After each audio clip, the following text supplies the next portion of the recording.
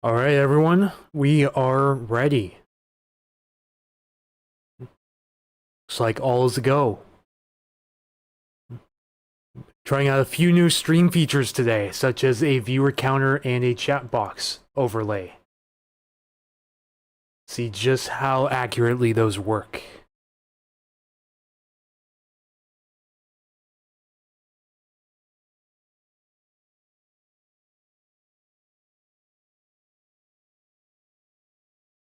All right, so far so good. Looks like we got first viewer in the house.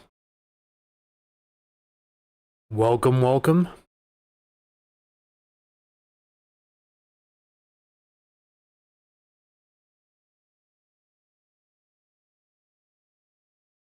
All right, good afternoon, everyone. Welcome in.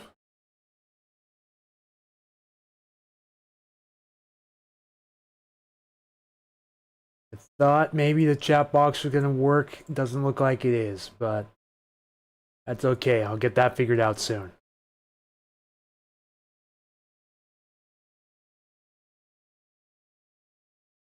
Getting ready for the wins up here. Keith Capillaro, thank you for your report.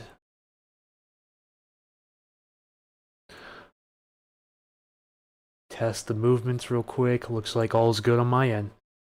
Good afternoon, Alex in Wonderland. And Sherry Wilcox, good afternoon. Hello, everyone.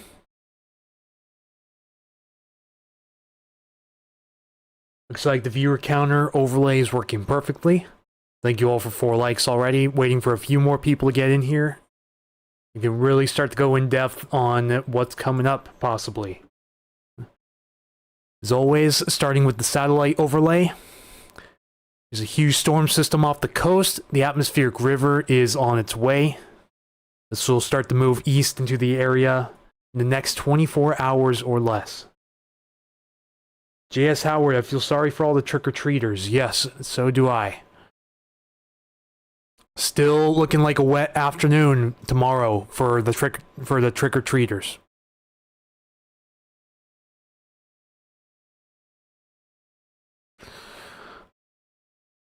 Currently over the area right now, some scattered mid and low-level clouds. A few high clouds here and there over the east side. But the main atmospheric river is just off the coast. We'll move in later tomorrow morning by the looks of it, according to current model guidance. And then after that, a flurry of things happen around the area over the next week.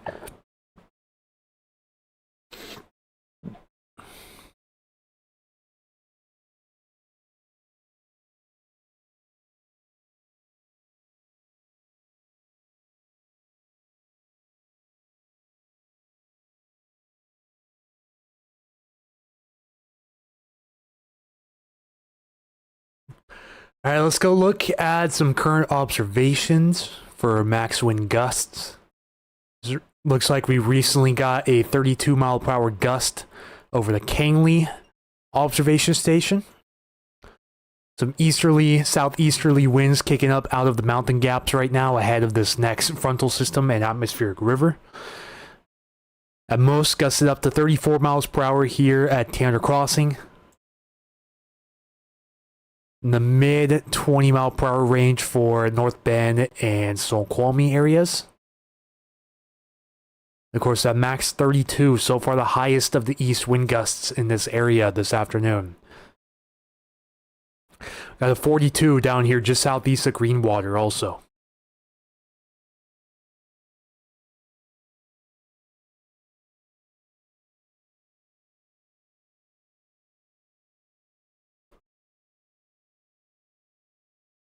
And then, of course, most of you are coming for the model forecast. This is the most recent 18Z ECMWF, aka the European Deterministic.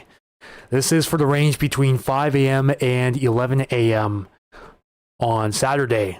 New model guidance is coming in, and it nicks down the wind gusts a little bit more for the Puget Sound region. It shows Tacoma at 35, but if you go immediately to the west, it's up to 44 down here at University Place. Chambers Bay, Lakewood, that surrounding area here west of I-5.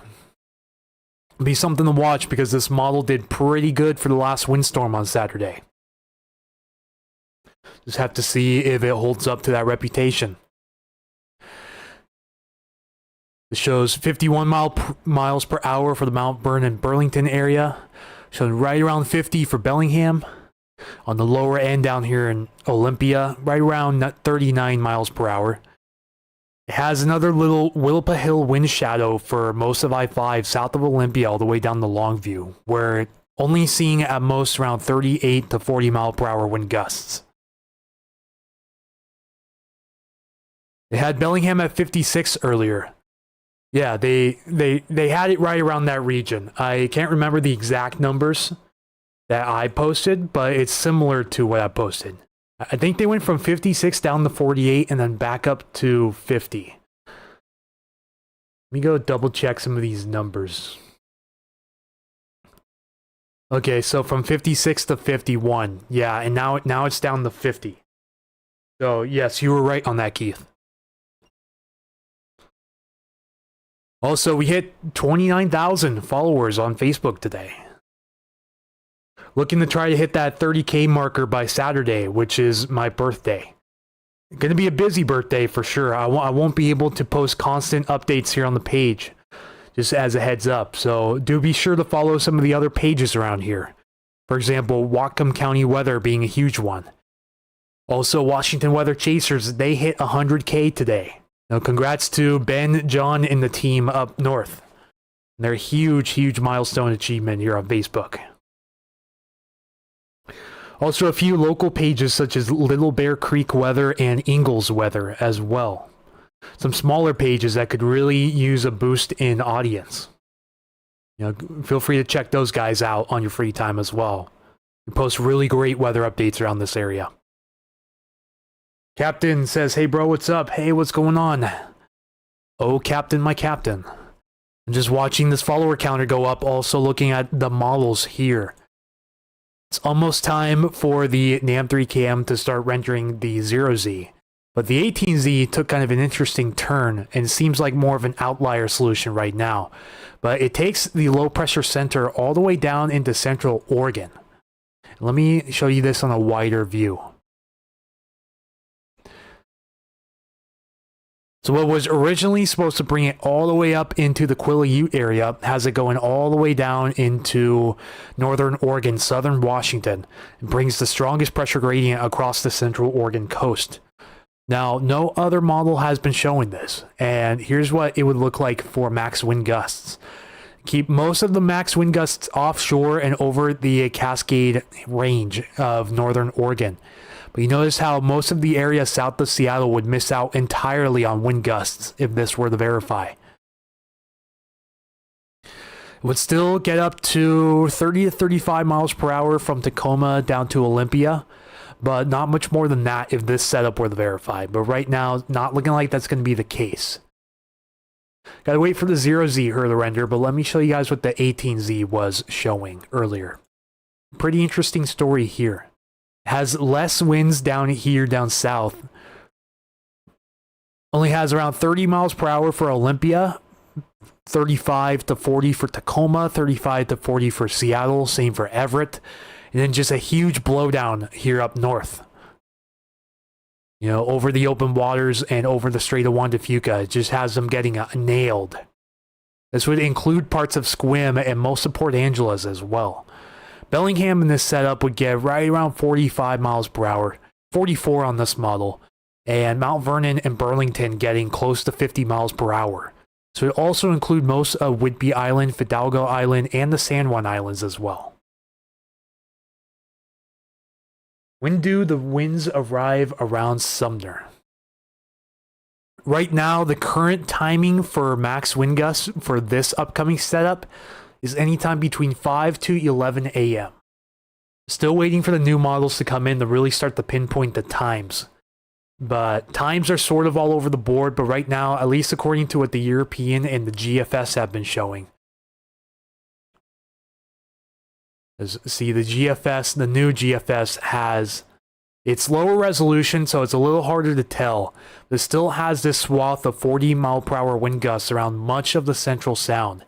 even up here in the foothills. These are 3-hour averages, so this one would be between 11 a.m. and 2 p.m. for max wind gusts. A little bit of a different solution here on the GFS. But once again, I don't use this model primarily for wind. It's just for comparison between the other deterministics.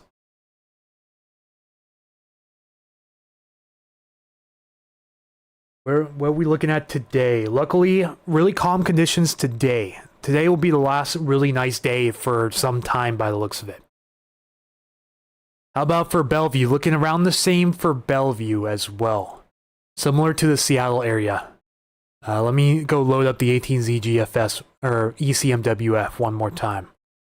This only gives me the option to view it on a 6-hour basis. We might be able to nail it down a little better on Windy. I believe Windy does the first 90 hours on an hourly basis.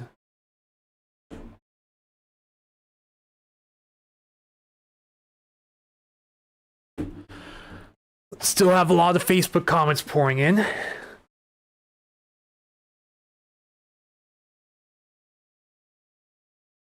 Another what about in Bellevue? Good thing is I was just about to go over that with a previous inquiry, so perfect timing on your part. Let's go switch the layer over to wind gusts. We're going to look ahead in the future. We're going to go about 5 a.m. here on Saturday. Got to zoom out just a hair for this.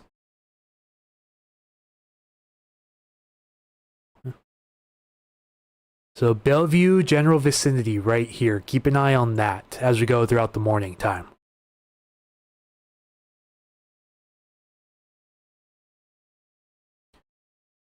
This model currently for Bellevue and vicinity has 38 miles per hour from the south at 9 a.m. These are gusts, by the way, not sustained winds. It's getting up to 39 miles per hour by 11 a.m. on the 1st. Sticking to around 39 miles per hour at noon. And then starting to decrease a little bit by 1 p.m. But luckily, the event looks very short-lived for the area and a chance for a convergence zone to form within that system as well. Just depends on how long we get those winds coming in from the west. It looks like since this is mostly a southerly wind event, we may not have to worry about the convergence zone. Let's see, it has much stronger winds out here way east of the foothills. It's the Skykomish area getting up to 54 miles per hour from the west-southwest. Looks like for the most part, once this little sneaker storm tries to come in, the forecast wants most of the winds to come out of the southwest for this area. But if you're farther up north, downstream of the Strait of Juan de Fuca, it's going to be due west. And some of these areas are well over 50 miles per hour as well at 11 a.m. Saturday morning.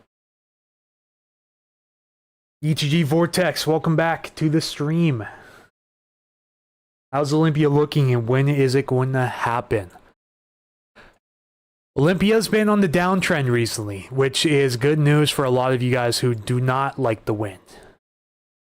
Doesn't really have wind gusts picking up around the area until after sunrise here on Saturday. We're only covering Saturday right now, but I can also go through tomorrow here as well. Although tomorrow the big story won't be the wind, it will be the rain. This is courtesy of the last updated European model. I believe this is the 18Z. Has Olympia peaking around 37 miles per hour by 11 a.m. on Saturday. So nowhere near as much as some areas got last Saturday, which is good news.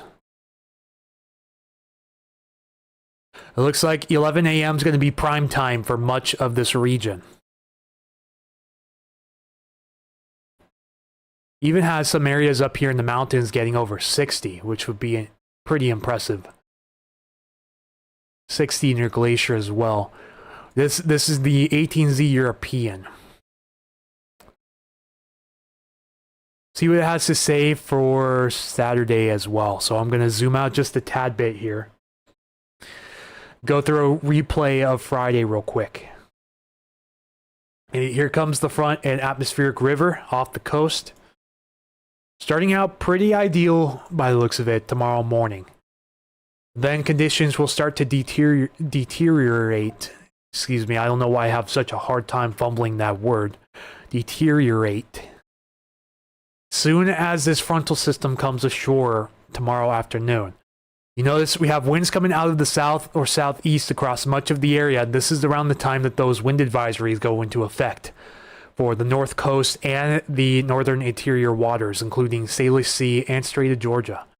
Just off the coast here at 3 p.m. tomorrow, it has wind gusts around 48 miles per hour out of the south. Yes, Keith, they do have a wind advisory. They have 2 separate wind advisories right now. And I can also pull that text up right here, too. Hang on a second. Still hanging on. Okay, there we go.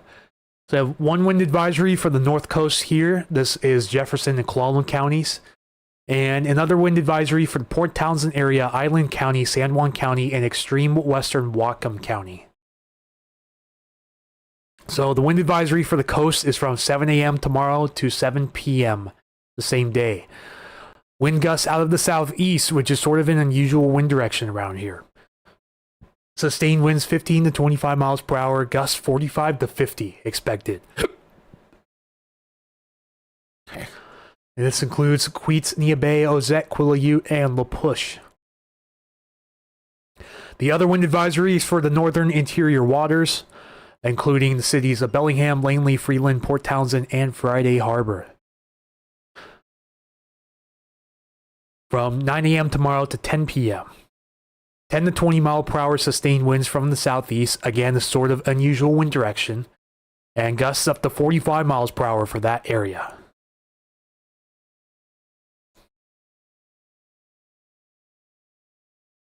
Once again, the areas affected are in the black outline here. This also includes Nia Bay and Quileute as well. Yeah, Friday Harbor, Roach Harbor, Orcas Island, Lopez Island, Shaw Island, Point Roberts, Ferndale, Bellingham, Sumas, Linden, Blaine, Port Townsend, Port Hadlock, Oak Harbor, Langley, Freeland, Clinton, Coopville, and Camino Island also included in these advisories for tomorrow.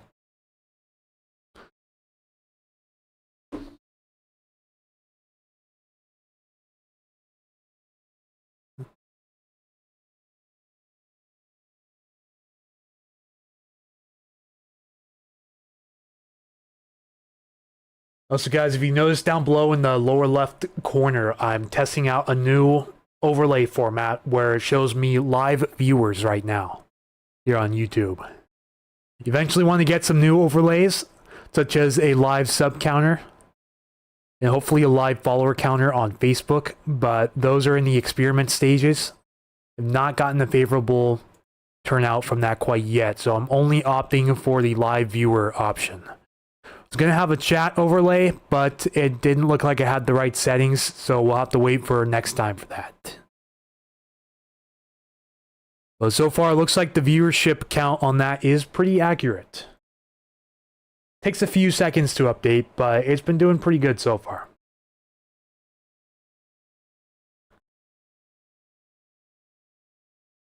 So yeah, this would be 3 p.m. on Friday, tomorrow. And then this front and the atmospheric river begin to move on shore around 4 p.m. or so. So the coastal waters are expecting the wetting rains and strong winds to begin sometime between 4 and 5 p.m. tomorrow. Just a heads up to any coastal trick-or-treaters. This includes Long Beach, Westport, Ocean Shores, and all of the surrounding coastal beaches. So also when winds should start to kick up a little bit here around the Sound. Not too much. Mainly if you're north of Everett and along the coast. Those are going to be the primary windbag threats around there.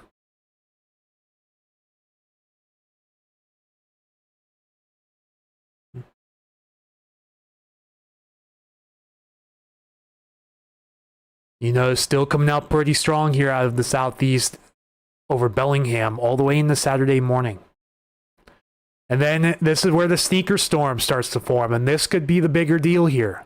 Let me go ahead and zoom out and show you guys the progression in closer detail. You notice you can start to see the kink in the lower level flow tomorrow afternoon. So we'll be watching this in real time because the position and landfalling location of this low are going to be critical to wind gusts Saturday afternoon or Saturday morning. Saturday morning. You notice as we start to progress throughout the day, Friday, you start to see this kink down here. And that little kink in the flow is where that little surface low is likely to form. So it starts forming quickly. That's why we have to warn of these sneakers, because we had one of these back in January of 2021 that caused a 61 mile per hour wind gust in Federal Way. I don't remember that in vivid detail, but I do remember hearing stories about it. More recently, I heard a story about what happened when one of these little sneaker lows came up behind an atmospheric river and caused some localized damage to parts of the South Sound. So the historical threat has happened before. This has a pretty rapidly deepening at 999 millibar low, deepening to around 998 right around the time it makes landfall here in central Vancouver Island. This will likely drag a little short-lived frontal system along with it. This has it making landfall up north here between 6 and 7. Yes, I said that. 6 and 7 a.m. on Saturday. This is when the pressure gradient will move through the area, and then the associated pressure rise could kick up the winds pretty substantially across the area. Mainly coming out of the south, but could be out of the southwest at times. So, and it has areas like Tacoma here getting up to 44 miles per hour. Has every area getting up to 42. Downtown Seattle right around 40. You know, screaming down the Strait of Juan de Fuca here. Over 50 miles per hour possible for Oak Harbor and Whidbey Island. And up in the foothill areas, if we go up to North Bend, it's showing close to 50 for North Bend out of the southwest. So some really interesting solutions showing up here on the European, which so far has reigned superior over the other models for wind forecasts. And it pretty much nailed Saturday's forecast as well. But the NAM that day also did get that 60 mile per hour gust down in this area. Pretty close. It had a max 60 mile per hour gust for the Chambers Bay area. We ended up getting 58, 60, and 66 here at Tacoma Narrows, just across the strait there. So pretty good job by the NAM on that forecast. But right now, the NAM has the strongest winds way south of our area near Portland. And let me pull that up for you guys right now. Also has it happening later on in the afternoon, too. See, the low pressure system at the time it's supposed to make landfall up here is still off the coast here in Oregon on the NAM model. It doesn't really have it moving through down south until later on in the afternoon on Saturday, but it has most of the Seattle area missing out on these wind gusts if that were to verify. So yeah, completely different solution, a polar opposite solution on the NAM compared to the Euro. So far, it's looking like the Euro is going to be the one to verify this round. Yeah, these little sneaker lows, as I like to call them, are extremely difficult to forecast because they form right off the coast, deepen immediately at landfall. And usually, however low it deepens to and its track will determine who gets the strongest gusts throughout the day. But right now, it's looking like most of Western Washington from Olympia northward could get the strongest gusts with this system. Very tricky forecast, Keith. That is correct. Tricky indeed. Is it waiting for the 0Z Bureau to verify, to initialize to see what it has to say? But this would be the 18Z Euro between 5 a.m. and 11 a.m. on Saturday. The swath of red here is 45 to 50, and some spots locally higher. So this even has some of the foothills of Skagit County getting past 60 miles per hour if this were to verify.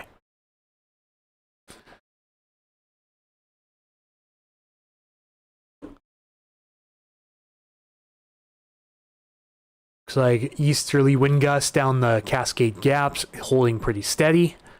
Seeing consistent wind gusts in the 30 mile per hour range down here near Riverbend for most of the morning so far, and even most of the afternoon. Even had some wind gusts here at Point Robinson too, maxing out at 25 miles per hour earlier. Current wind gusts at Point Robinson is 21 miles per hour. Should be coming out of the east or southeast. And the Kangley station here near Kanasket Palmer, just north of the Green River, is gusting to 26, max 32 miles per hour so far today. Just gusted to 41 here at Chinook Summit, and 42 recently just southeast of Greenwater, max 43 miles per hour earlier.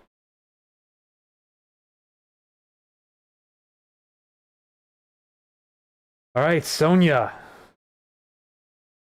Congratulations, my friend. You are now a moderator.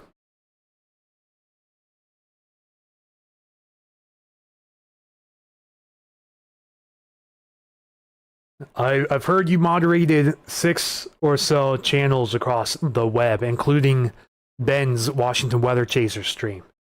So I thought you should have the privilege to moderate for my streams as well. Congratulations to you, and welcome back to the stream. But yes, be sure to hit the like. I don't know why I'm having such a hard time spitting it out today. Bear with me. But yes, please be sure to hit the like and subscribe button, plus ring that bell for live stream notifications in the future. Share with everyone on your social media.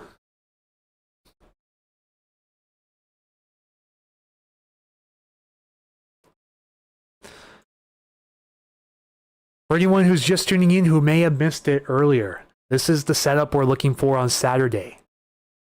Not looking like a huge rainmaker, more so a windmaker around the area. But right now, the current European forecast has a 998 millibar low rapidly forming off the coast and moving into central Vancouver Island, somewhere between the Tofino area and Cape Flattery. If it deepens even a little bit more, and or moves just a tad to the south, this could really kick up wind gusts across most of the Puget Sound on Saturday morning. This time, right now, the time of landfall is approximately 6 a.m. Saturday morning.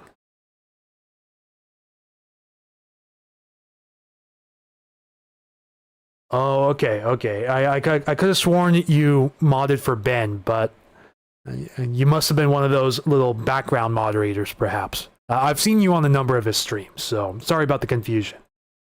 But yes, Sonia mods for 6 storm chasers and 2 up-and-coming meteorologists. And now she mods for Puget Sound Stormwatch as well. I, however, am not an up-and-coming meteorologist. I am just a hobbyist, like all of you who is interested in weather around the Puget Sound.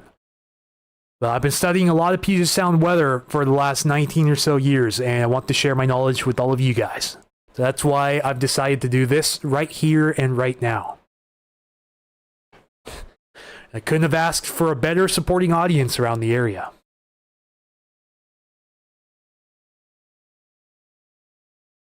Jackie Swanson says, thanks for the updates. Lisa Seckler says, congrats, Sonia.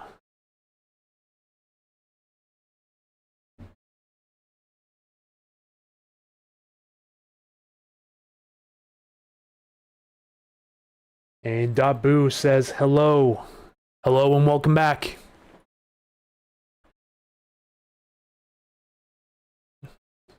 So yeah, let me go and play this loop one more time to show you just how tricky this forecast is going to be. As we're all the way out at 9 a.m. tomorrow, you notice there's no low pressure system here. Here's the atmospheric river and the cold front with the strong low pressure system up north. And then as we go on later into the morning, you start to notice there's a little kink that forms here in the low level flow. These are looking at surface pressure contours right here. We start going in through the afternoon, and you notice those kinks start to become a little more organized, and you get this nice little kink here in this contour. And guess what happens with that? If you guessed it develops into a sudden low pressure system, you would be correct. And boom, there it is already. And then by midnight, we have a designated surface low just west of the coastline.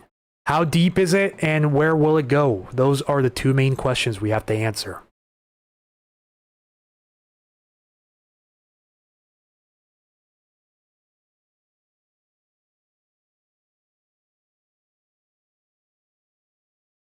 What made 1997 so active for severe weather? Are you talking about like severe winds over here, or are you talking about severe weather over most of the United States, like the Great Plains? Because there's several factors that go into it, such as oscillations for, of course, El Nino.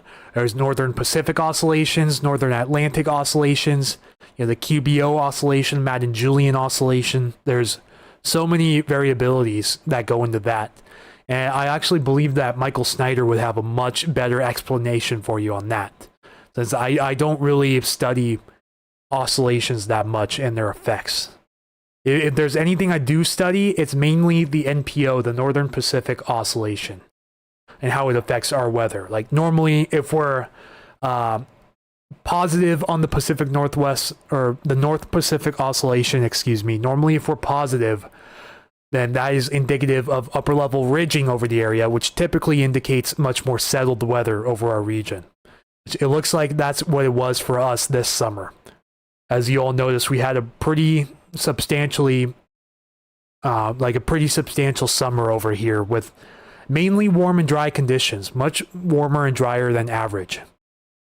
Really exacerbated drought conditions around here all summer, because by the looks of it, we were plus on the PNA, also known as the Northern Pacific Oscillation.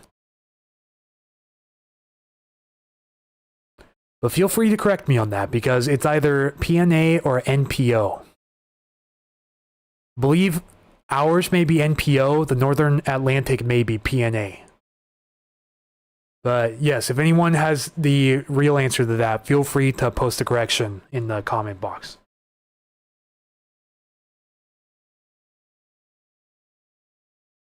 Corvette Guy 1980. I believe you must be Jordan Corbell, if I'm not mistaken. Fellow subscriber to Puget Sound Stormwatch. One of my first, actually, to subscribe to Puget Sound Stormwatch on Facebook. Welcome, my friend. Got models downtrended. They downtrended slightly. Just a little bit, but they're still hanging in pretty good for max wind gusts around this area. Let me show you the most recent 18Z European. I'm not going to go into the 18Z NAM right now, because the 18Z NAM has the strongest wind gust down here off the coast of Oregon, because it wants to pull this little sneaky low pressure system down south, bring it in weaker, but also later on in the afternoon on Saturday.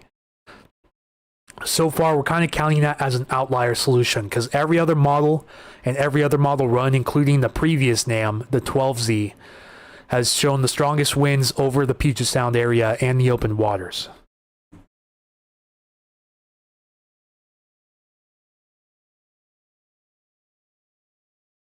See, a lot of your guys' comments are still coming in on Facebook, too.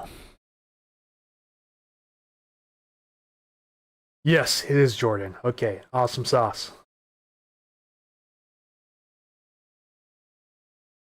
Yeah, Boo, I wish I had a better answer to your question, but I normally don't go deep into studying previous Pacific Northwest weather years.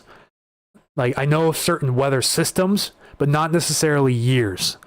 I know that 1995, 98, and 99 were pretty substantial for wind events. Especially 95. But I usually attribute most of my research to the big three, as I like to call them. 62, 93, and 06. I know there's been a few years in there where we've had some pretty crazy windstorm events here in the Pacific Northwest. Like I said, 95, 80 81 was a huge one as well.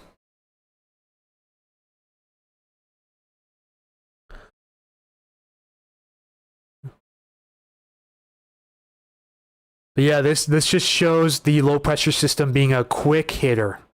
You know, nothing sustained for more than a few hours by the looks of it. And then as we go into the future, this is a new development on here. I haven't seen this yet. But if you're a subscriber to Puget Sound Stormwatch on Facebook, I've been starting to post some things about the November 3rd and 4th range. Some interesting model solutions, including this one, which I have not viewed yet.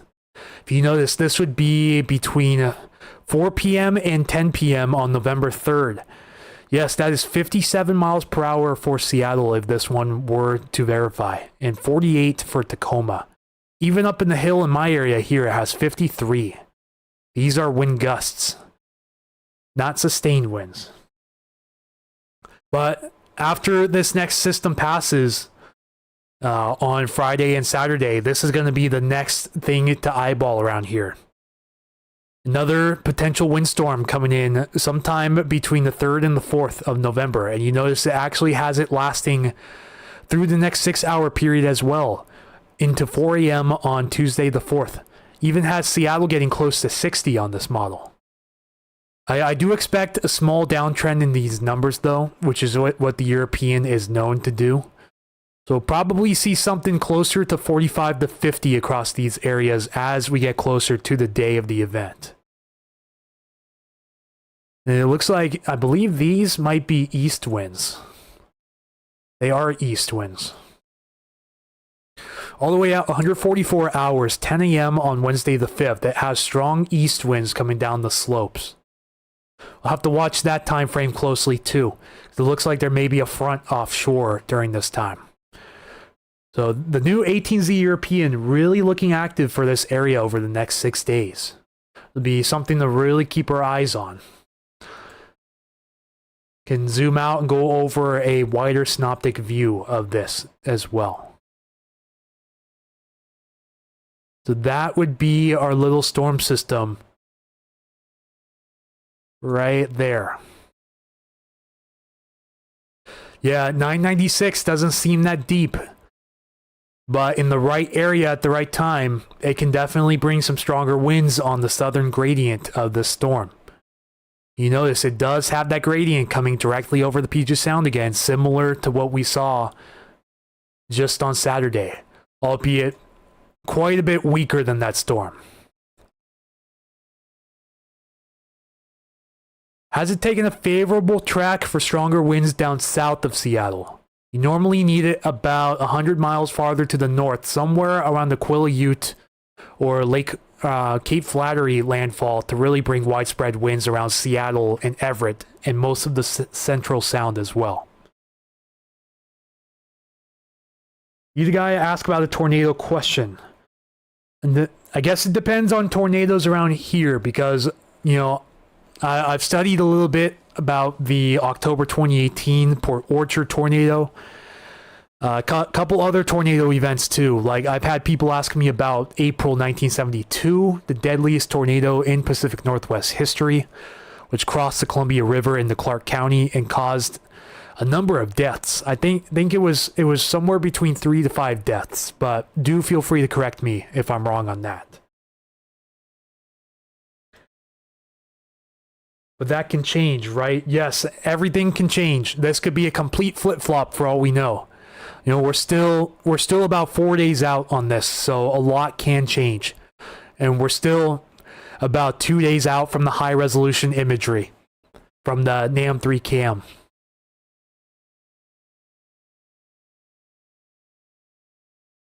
Okay, Jordan, is this going to be a repeat of last Saturday? No, not from what it looks like right now. It's a much different setup than last Saturday. You know, the different direction, different intensity.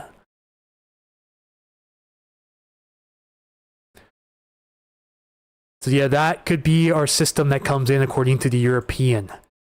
Only has it around 1,004 millibars on this one, dropping to around 1,002. And even this contour down here is 1,000 millibars, directly over Squim. So the strongest pressure gradient would most likely be on the southern side across much of the Central and South Sound. This would be 8 a.m. on the 1st.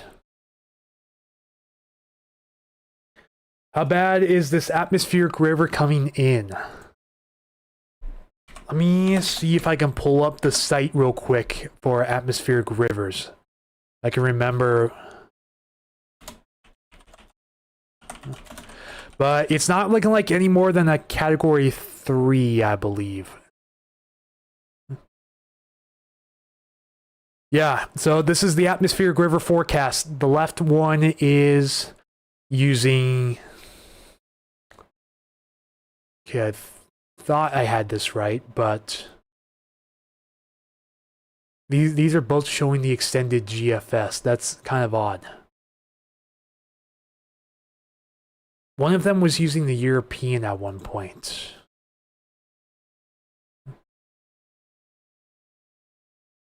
Okay, but nonetheless, if we use the extended GFS, the American model on here, okay, that's why.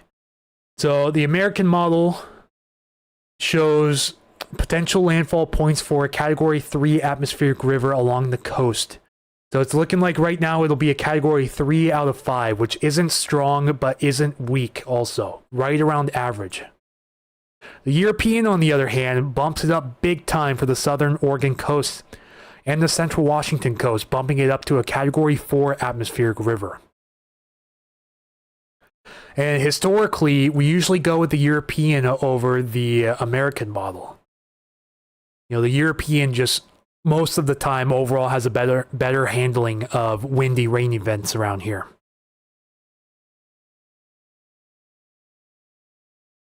Are tornadoes more common with synoptically evident setups or cold core setups? Well, it's not too often that we get the synoptically evident setups around here. Most of the time, they're colder core. You know, just the other day, we had a cold core funnel spin up over Kent. Someone sent a photo of that. I believe that was either Sunday or Monday. Someone sent me a photo up in Kent. There's a really well-defined little cold air funnel extending from the base of the cloud. And I do believe that the Port Orchard tornado was also a cold core setup.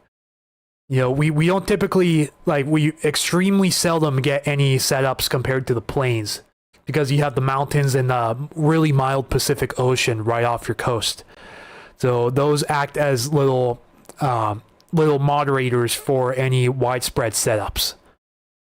The best chance for us to get tornadoes would have been back in March of this year, when, as you probably know, there was a 5% tornado contour for much of this area for the night of March 26th, which did not come to fruition.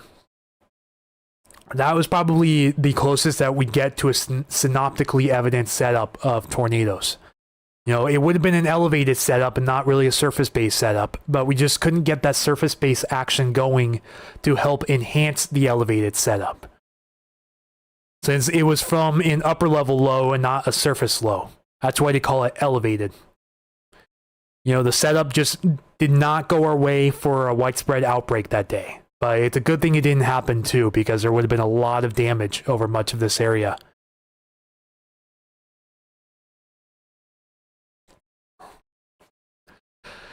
Yeah, so if to sum up the answer to Mark's question, if you go with the American ensemble models here, and it looks like a mid-range atmospheric river around this area. But if you go with the European, it's looking more like an upper-range atmospheric river, especially south of Oregon here. And let me go and look at precipitable water anomalies. Let's actually go to the actual precipitable water here. So you guys, again, this is when the atmospheric river is coming in. This is tomorrow morning. And then it sort of sticks around the central Oregon coast. So this is probably why they have that Category 4 atmospheric river potential for the central Oregon coast. Because picking up what the European here is showing them, they kind of, with the development of that little sneaker surface low back here, that could keep the atmospheric river over parts of western Oregon, including the Oregon coast, a little while longer than up here in western Washington.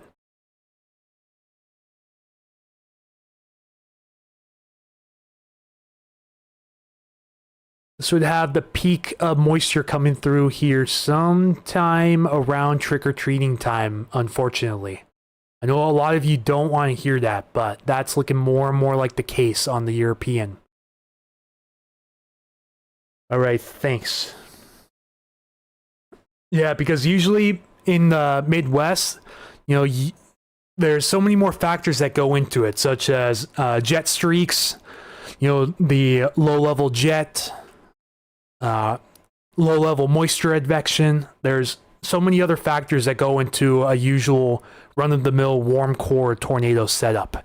And around here, we have the Pacific Ocean, which acts as a huge moderator for any of those surface-based tornado setups, which are extremely rare around here. We usually only have them spin up from like a little cell that moves into a favorable shear area. And you guys probably remember that little microburst that hit Longview. I'm still convinced that was a weak tornado. That was a couple of weeks ago already. But yeah, it moved into a favorable shear area. The cell that moved over had decent rotation on it near the low levels. So I'm pretty convinced, even from the video that I saw, it didn't look like it was straight line wind damage. It looked like it was rotating winds. But that's just my take on it. Jordan, that's not looking like a repeat of last Saturday. The setup is much different in that way.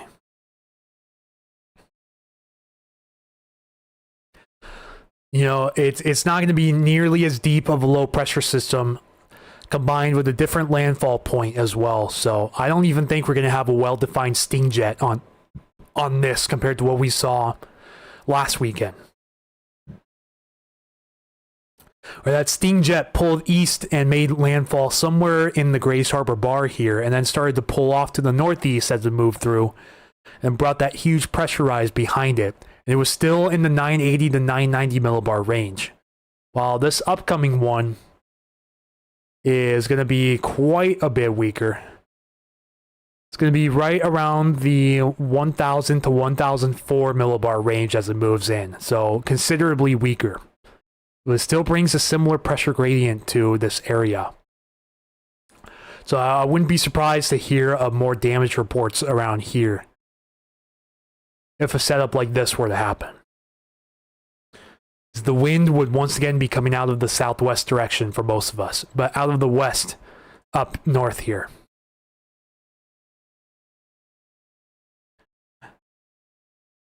But now, then we're starting to look towards the 3rd and 4th of November. So we get a small break between systems. And then it's looking like initially we may have another windstorm on our heels. So you're getting close to 60 up here in Seattle with this European run. But I'll be watching like a hawk for when that 0Z European drops tonight. Hopefully it's not too late. It usually starts rendering around 10 o'clock. So I'll definitely have an update on that in the morning. First thing on the subscriber hub in Facebook. How about the wave action? See, that's one thing about Pivotal Weather, unlike WeatherBell. It doesn't have a lot of those meteograms or any wave models to use. So there will probably be decent wave action in the Salish Sea coming out of the west when this system moves through on Saturday. Not expecting much wave action for tomorrow, although you could get a little wave action off of Whidbey and San Juan Islands tomorrow afternoon when this atmospheric river and front pushes through, but I'm not expecting too much around there. The better wave setup definitely looks like later Saturday morning. And then could get some nice Puget Sound waves coming through Monday and the Tuesday as well, if these winds were to verify around here. It would be a good day to be on the Puget Sound if you're a wind lover.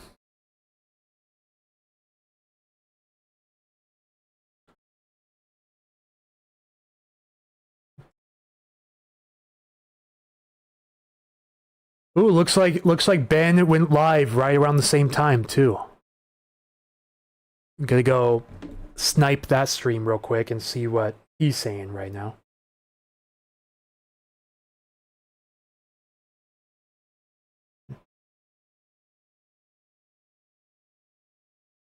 No, he's actually scheduled for 6.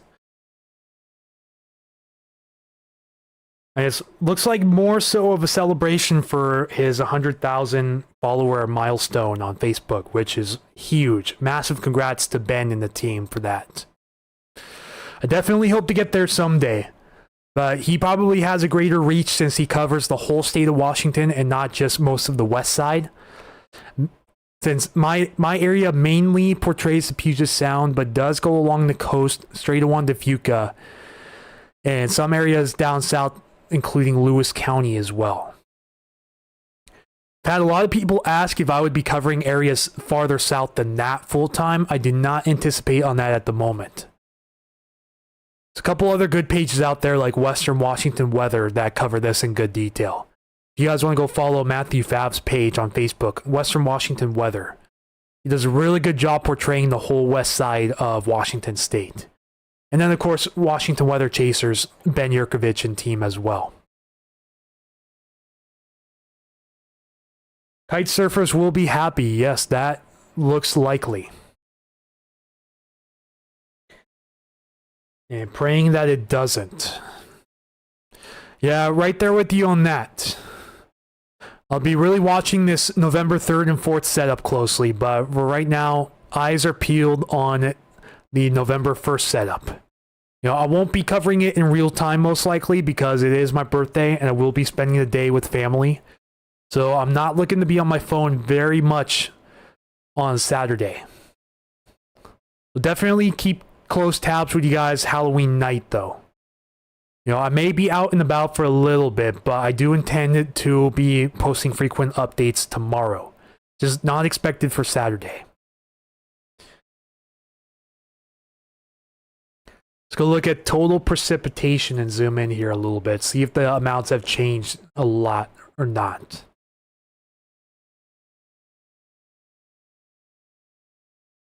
Yeah, as we go in through the morning time, see we get a little more rain with that upcoming system.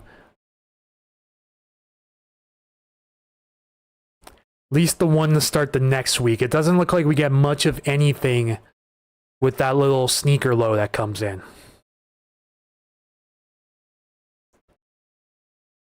Seems to have downtrended on precipitation amounts around the area quite a bit.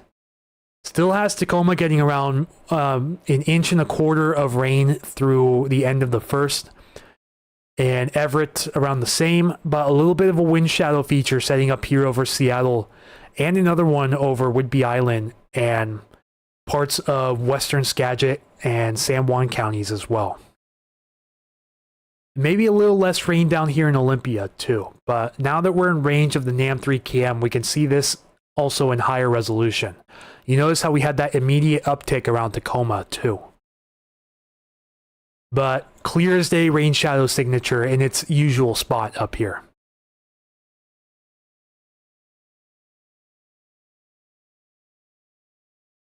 Okay, so looks like Randy Small and the team up north are also starting up live stream. Is that tonight that you know of?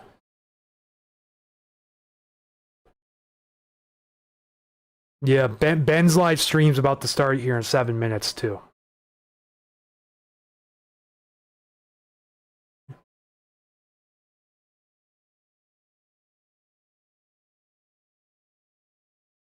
Looks like Ben's about to hit 5K on YouTube also.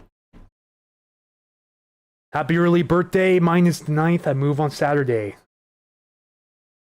Well, congratulations on the move. I wish the weather conditions were better for you. Yeah.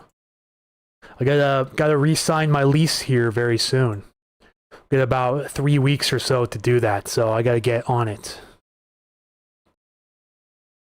Makes it a little bit difficult because the apartment that I stay at has new management, so they require a few more things with renter's insurance before I can actually re-sign.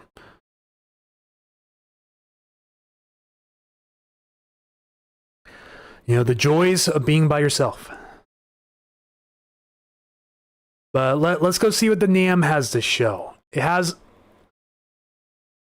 most of the accumulating rainfall starting sometime around 5 p.m. tomorrow. So unfortunately, it does look rather wet, mainly for the South Sound and the North End as well. But the rain shadow could help out the Seattle to Everett area quite a bit if this one were to verify. And then it does look like it wants to bring some more rain with that little sneaker low and possibly a little quick hitting cold front that could bring some strong rain to the area too. See, it has the rain lasting most of the day on November 1st, but by this time, the atmospheric river has pulled south into Oregon already. This is just according to the 18Z NAM 3KM. Oh, it started a couple days ago. Yeah, I think Randy was streaming last night too. I tuned in real briefly to his stream, but I didn't say anything to him. But yeah, Whatcom County Weather is also starting up live streams on their new YouTube too.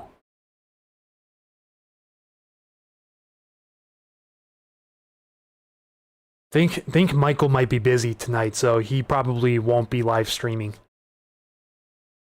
I know he's starting to invest into his live stream setup quite a bit more. You know, he's going to be purchasing a Starlink Mini for his mobile Tesla setup. He's also got wireless cameras that he's going to be switching between too if he uses a laptop setup, which means he'll probably have a companion with them chasing as well.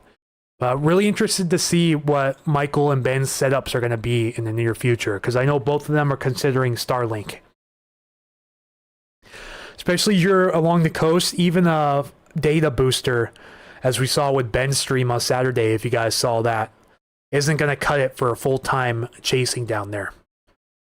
You know, Starlink is a must, and even then, in the heavily forested areas up there and in the hilltops, it'll probably be sparse at best.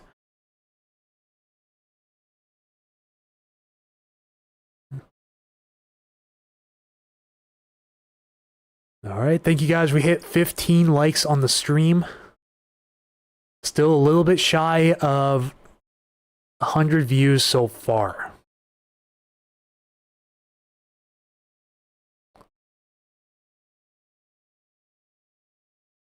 So guys, if you like the stream coverage so far, go ahead and give it a share to your friends.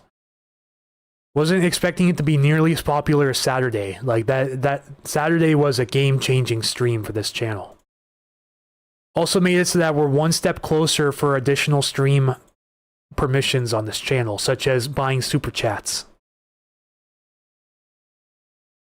But in the meantime, if you guys do want to show any monetary support to Puget Sound Stormwatch, I do have my Ko-fi or Ko-fi account here as well. Thank you to everyone for 65 total donations. And counting.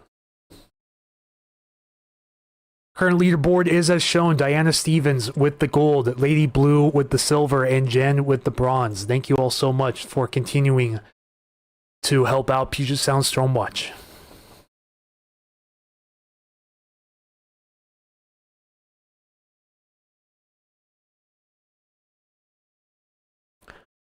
But yeah, for sure, tricky forecast coming up with this little sneaker low on Saturday. Will it even happen? Because if you looked at yesterday's models, this wasn't even predicted to happen for this area until early this morning.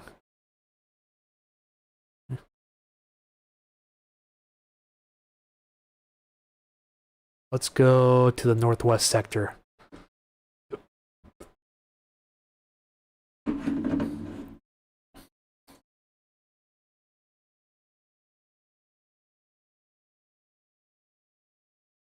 So yeah, this is the most recent 18Z.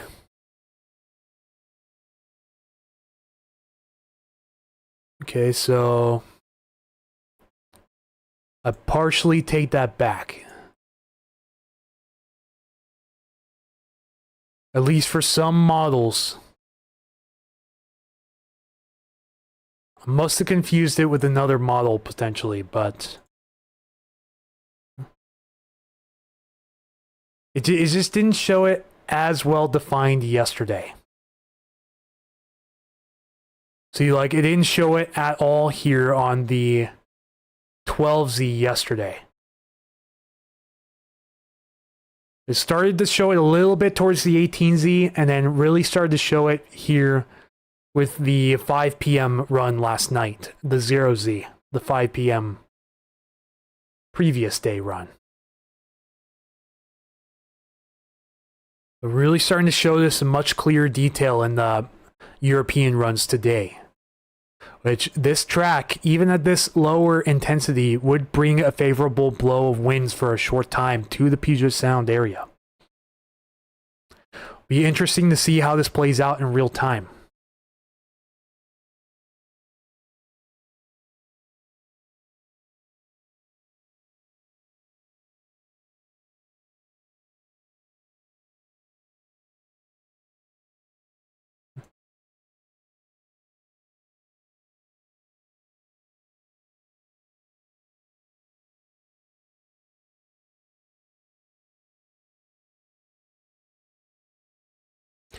But yeah, this is what the European's showing right now if you go on windy for wind gusts.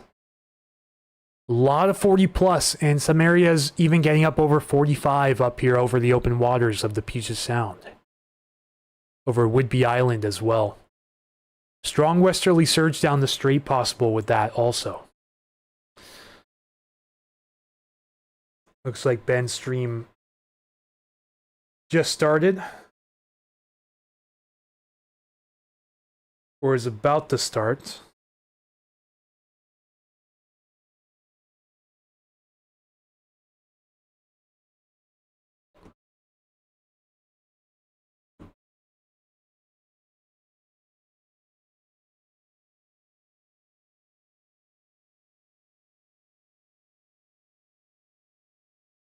Looking at some of my Facebook notifications also. I just hit 400 followers on X as well.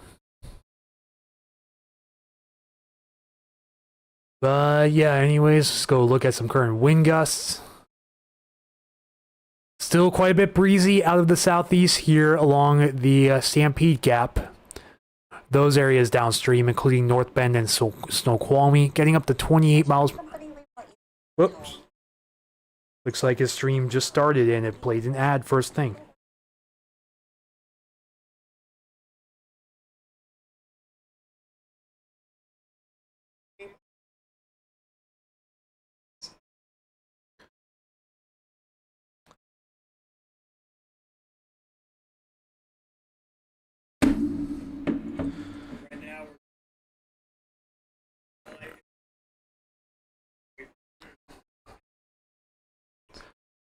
Just waiting for the 0Z to drop any time.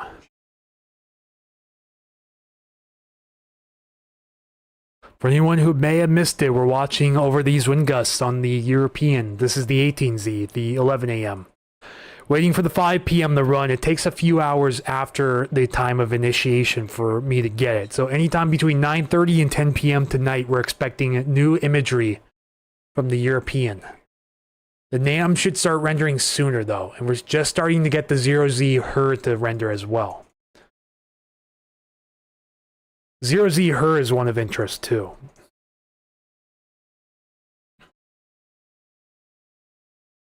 Let's go check the 18Z on the HER while we let the 0Z render.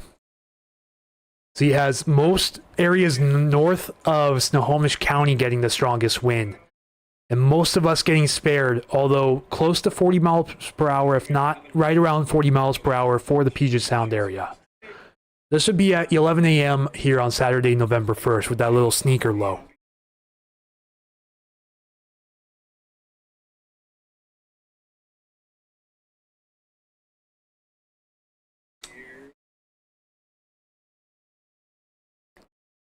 Just to put it into perspective of how much greater of an audience that Ben's stream has. He just started his stream less than 5 minutes ago, and he's already almost triple the amount of viewers I have.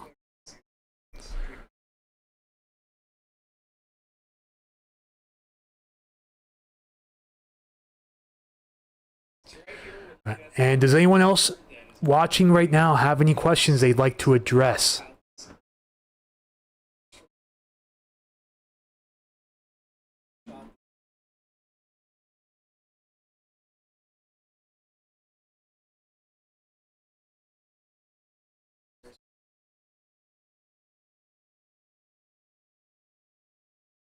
Yeah, but anyways, huge shout out to Ben and his team. Like, it's a huge, huge accomplishment. Couldn't be happier for them.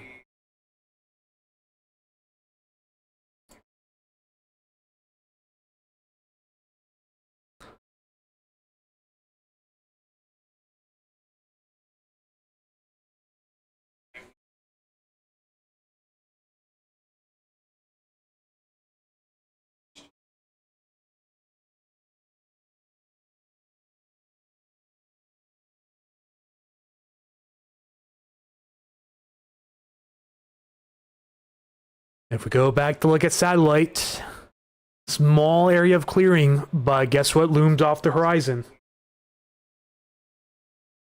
Yeah, really happy for Ben. Might live stream tomorrow. Keith, are you saying that you'll live stream up north tomorrow?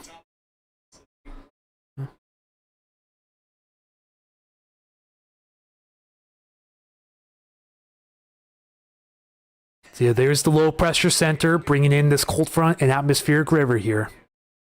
And then it hasn't started developing yet, but our sneaker low forms somewhere in this area down here. It's going to form rapidly, so it's going to be hard to track its movements. It's going to be a lot of real-time following for that. It's just too bad it happens overnight on Halloween. You know, of all days, it has to be November 1st.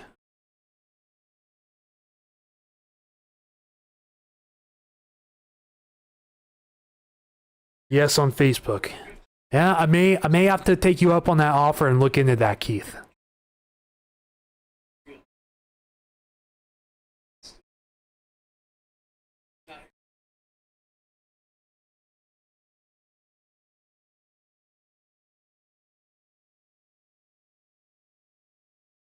Yeah, that's right. He just reminded me.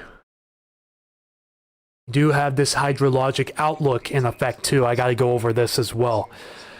So it's saying a threat of flooding Friday night through Sunday for Mason, Jefferson, Clallam, Whatcom, Skagit, Snohomish, and King counties.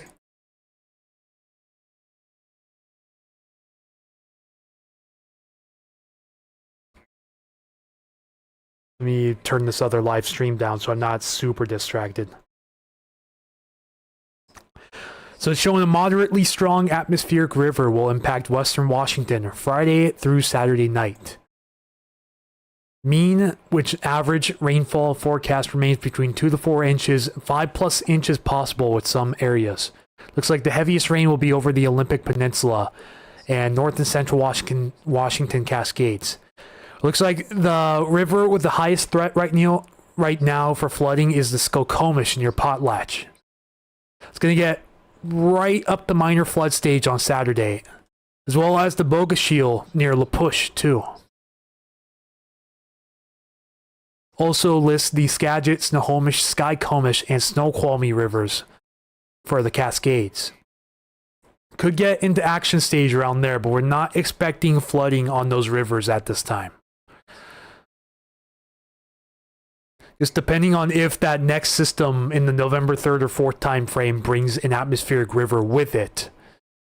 That could really determine if those rivers start to hit flood stage sooner or later.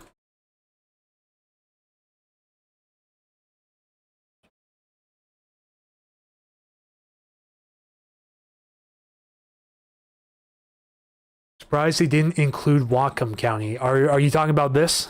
Because they did include Whatcom County in this hydrologic outlook.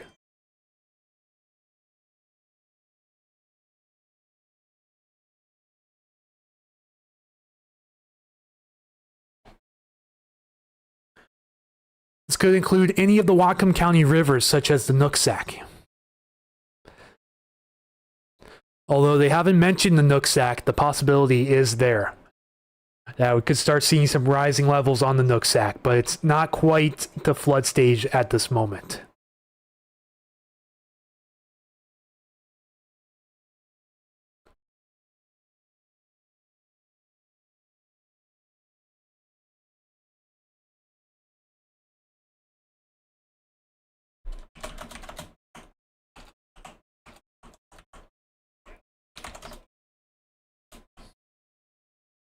Did they? Sorry. Yeah, they did, but it's okay.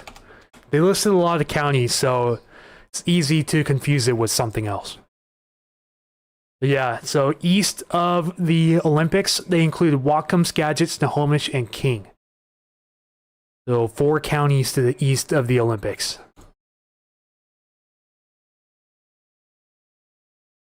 Yes, what Sonia said, everybody. Be sure to ring that bell, like, comment, and subscribe. Thank you, Sonia, for helping keep the audience in it.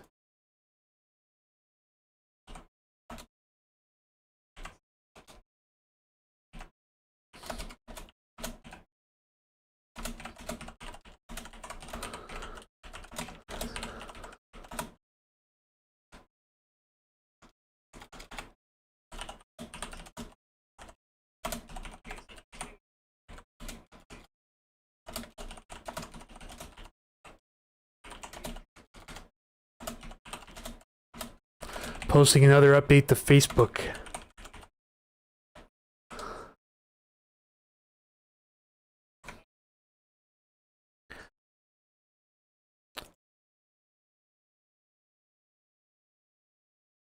No problem. Yes, thank you again, Sonia. Jackie Swanson, how about the Enumclaw Plateau? Not seeing any flooding concerns from the White River right now. If that's what you mean when I'm talking about the hydrologic outlook here. Looks like the best chance of flooding for King County would be with the Snoqualmie River.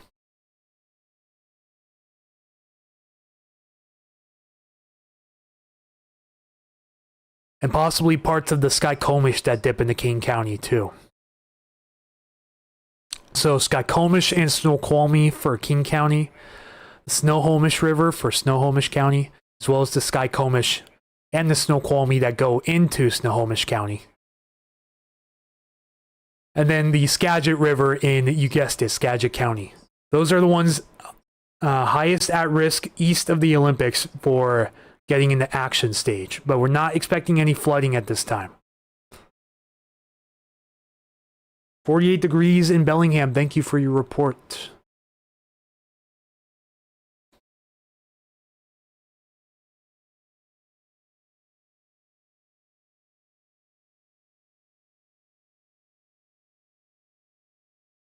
Yeah, so we're definitely expecting heavy rain over the Enumclaw Plateau during trick-or-treating time, but not anything out of the ordinary. I would definitely bundle up the kids with rain jackets. Probably not umbrellas because it's looking to be a little blustery at the time, so you probably don't want your umbrellas folding inside out, realistically. Don't worry, that's just an odd radar return. Ignore that.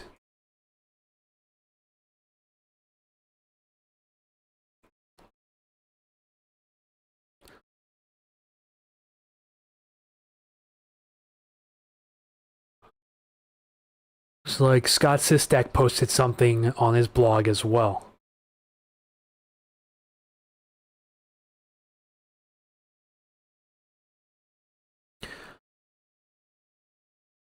Yeah, so it looks like the Skokomish River may go under a flood watch for minor flooding here very soon. Going to refresh the wind gust map here. We hit 30 miles per hour again here at Tanner River Bend and up here at Kingley too. So still quite breezy out of the southeast up there in the King County foothills. That will continue throughout tonight and some of tomorrow morning ahead of the next system.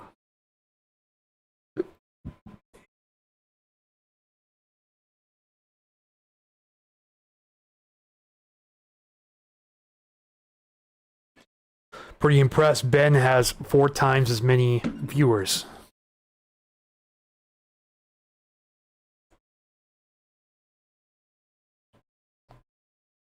So yeah, let's see here. A few other parameters to look at. See how far we are into the HER here. We're out to 17 hours so far, so we're not quite where we want to be yet on this. We can also simulate radar here on the NAM3 cam too. NAM3 cam has the earliest of showers moving into this area sometime around 6 a.m. tomorrow. And some heavier rain for some of the central sound starting as soon as 10 a.m. tomorrow. Then we get a little bit of a brief break, but then that frontal system brings the atmospheric river in smack dab during a peak Thanksgiving time, 7 p.m. with heaviest rain likely lasting through about 8 p.m. across most of the area. Yes, tomorrow night would be a good night to dress up as Mary Poppins. Even has scattered showers going throughout the early morning hours the following day, and then that would likely be our little sneaker low that comes up on us. This could also bring some convective showers too. Now, I gotta bring this up as well. As we saw with some of those showers ahead of the storm on Saturday, these caused some strong winds and some localized damage, especially to Bonnie Lake and some other areas of the foothills here in King and Pierce counties. That was just with the shower activity. That wasn't with the main wind, but these did mix down some of those stronger winds down towards the surface real briefly. Those little downburst winds. That could be a similar situation down here too on Saturday afternoon. You may have to watch closely for some of these convective showers. Could also possibly produce some light thunder and lightning for a short time. However, then again, this is the NAM3 cam, which pulls the system farther south. And we don't quite have a simulated radar of what would happen if it pulled it farther north, like it's showing. But we could only guess that it would be something similar to what we're seeing down here, just farther north instead. Just in time to send kids to bus stop tomorrow morning. Yeah, make sure the kids are bundled up all day. See, these models also show these easterlies coming out of the gaps still quite potentially through the early morning hours tomorrow before that front starts to come through. Luckily, we haven't quite seen this verify yet today because this does show around 50 mile per hour wind gusts for areas east and north Bend. But if we go to current observations, that is not the case. We've only gotten up to 34 up here in Riverbend. Also 34 at the Snoqualmie River Bridge Homestead just off of I-90 near Chester Morse Lake. So definitely on the lower end up there.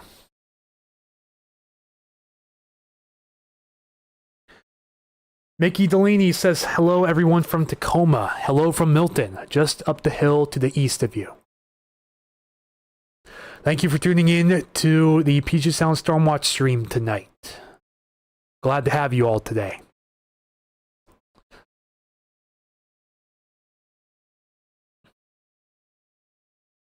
Made a post earlier this morning, about 9 hours ago, with the wind forecast from the 6Z European, and it pretty much went viral. It's already got around 800 reactions, 73 comments, and nearly 500 shares.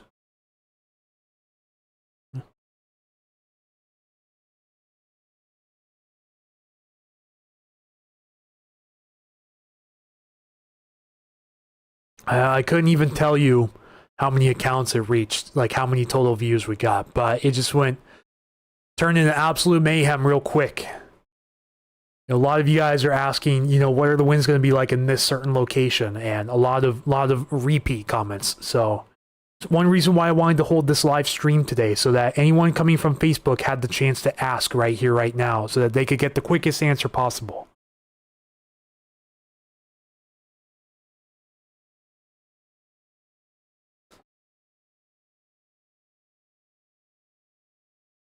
And for anyone just joining, say hello to my moderator, Sonia. She's just going to make sure that there's law and order in the comments section.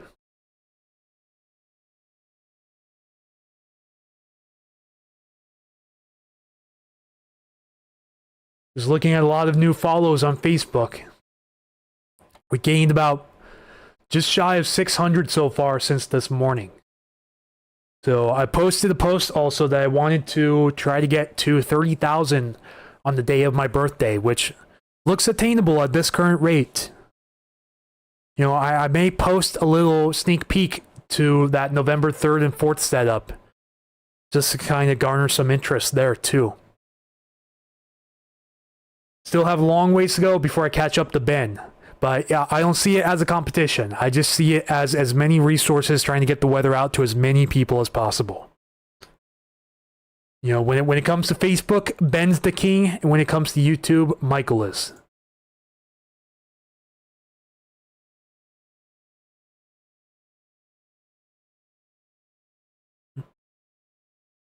Looks like we're getting close to 100 views on this stream so far.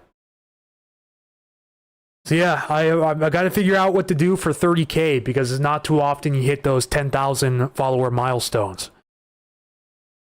You know, I want to do something a little more than a 30K live stream on Facebook. How long into Saturday is the weather expected to stay in the Redmond area? Sun is supposed to have a soccer game Saturday evening. Well, let's go into some more detail on that right now, shall we?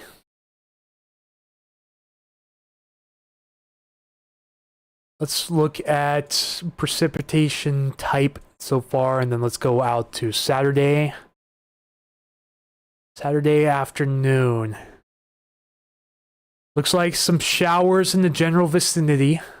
Possible convergence zone here up north. You know, we're still a little too far out to get into this range on the high resolution imagery. I need one more model run, which should come in about an hour to an hour and a half before it gets into full range and we can see the high resolution radar. For right now, we can look at the low resolution radar to get a general idea of what's expected. It does look like there's some showers in that area between 2 to 5 p.m. Heavier showers moving through around 11 a.m. This is the front and the bulk of the atmospheric river coming through, mainly aimed at the foothills at this time. Once again, this is the simulated radar imagery showing precipitation type and rate between 11 a.m. and 2 p.m. on Saturday. Yeah, so it looks like at least according to the European, because the high-res models, once they start coming out, will show the bigger picture. At least the European and the GFS have kind of been aiming at sort of an earlier day rainfall. I think I'm actually in range.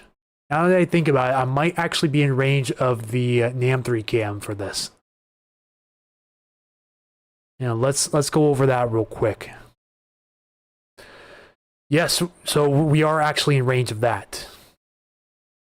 And right now for Saturday, this is what it's showing on the NAM3 cam, although I anticipate this to pull the precipitation farther north.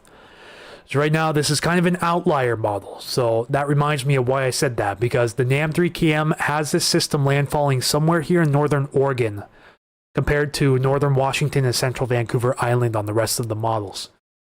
If we go to the previous model run, this tells the story a little bit better. You notice how the heaviest of precipitation comes in a bit farther north here. If we go with what the previous model was showing, it does show it drying out a little bit over, like quite a bit over the area, much sooner than the newest NAM run here. It does show a good soaking throughout most of the morning on November 1st. Just hope that the 0Z NAM, once it starts initializing, does not go back on its tracks. And we crashed. Anyways, as I was saying, I does want to bring some of these heavier showers and maybe a little convergence zone through later in the morning on Saturday. At least according to the 12Z. Just need the 18Z to bring this a little bit farther north, and then we can get a better idea of the precipitation during the afternoon on Saturday.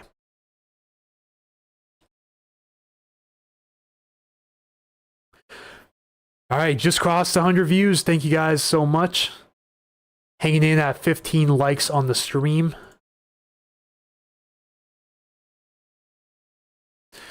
I think Ben might be pulling most of the audience.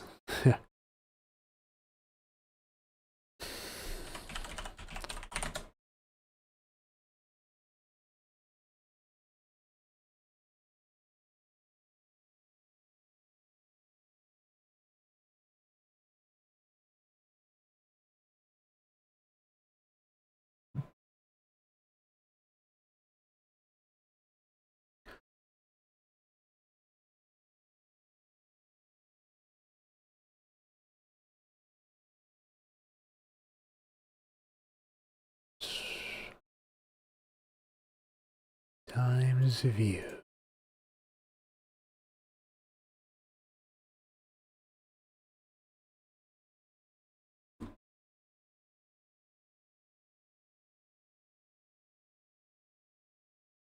No shade, but who is Ben? Ben is Washington Weather Chasers.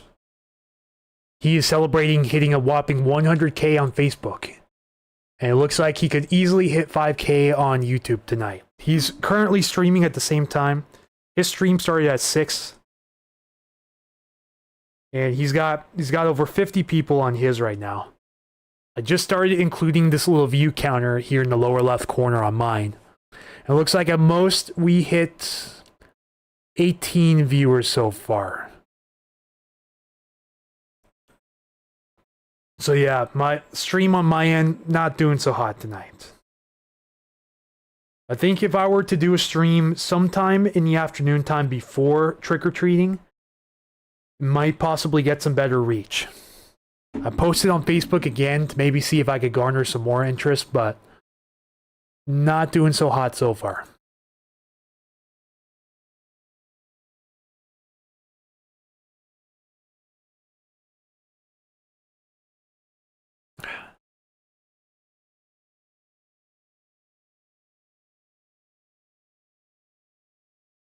Yeah, the two big weather guys here in Washington are Michael Snyder and Benjamin Yurkovich.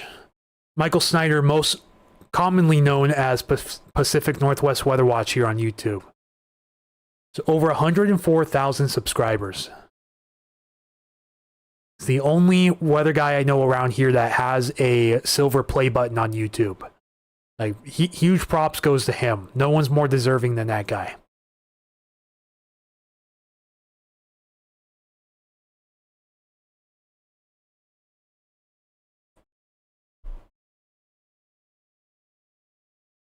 So we're through 29 hours here on the HER. We're through 11 a.m.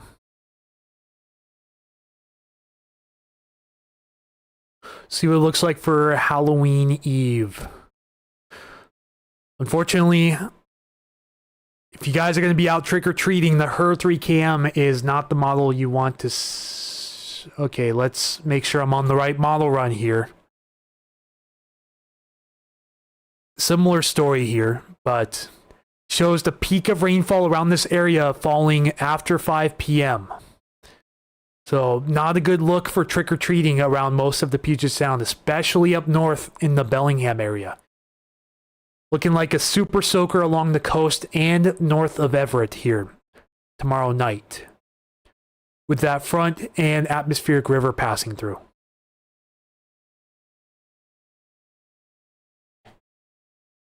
Sonia says, shared on Twitter and Blue Sky. Thank you so much. Keith Capolero, I feel bad for Mike for losing his skylight last windstorm. Yeah, during that last windstorm too, Mike also sustained a pretty gnarly head injury from what I've heard. He cut his head open pretty good on his car, but luckily the blood coagulated enough that he didn't need to get stitches on it. And he was able to drive his team home that night too.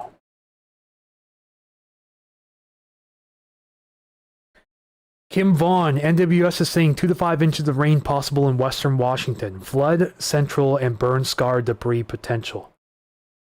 That is very much true. The main forecast I saw was 2 to 4 inches, with some areas hitting 5 inches.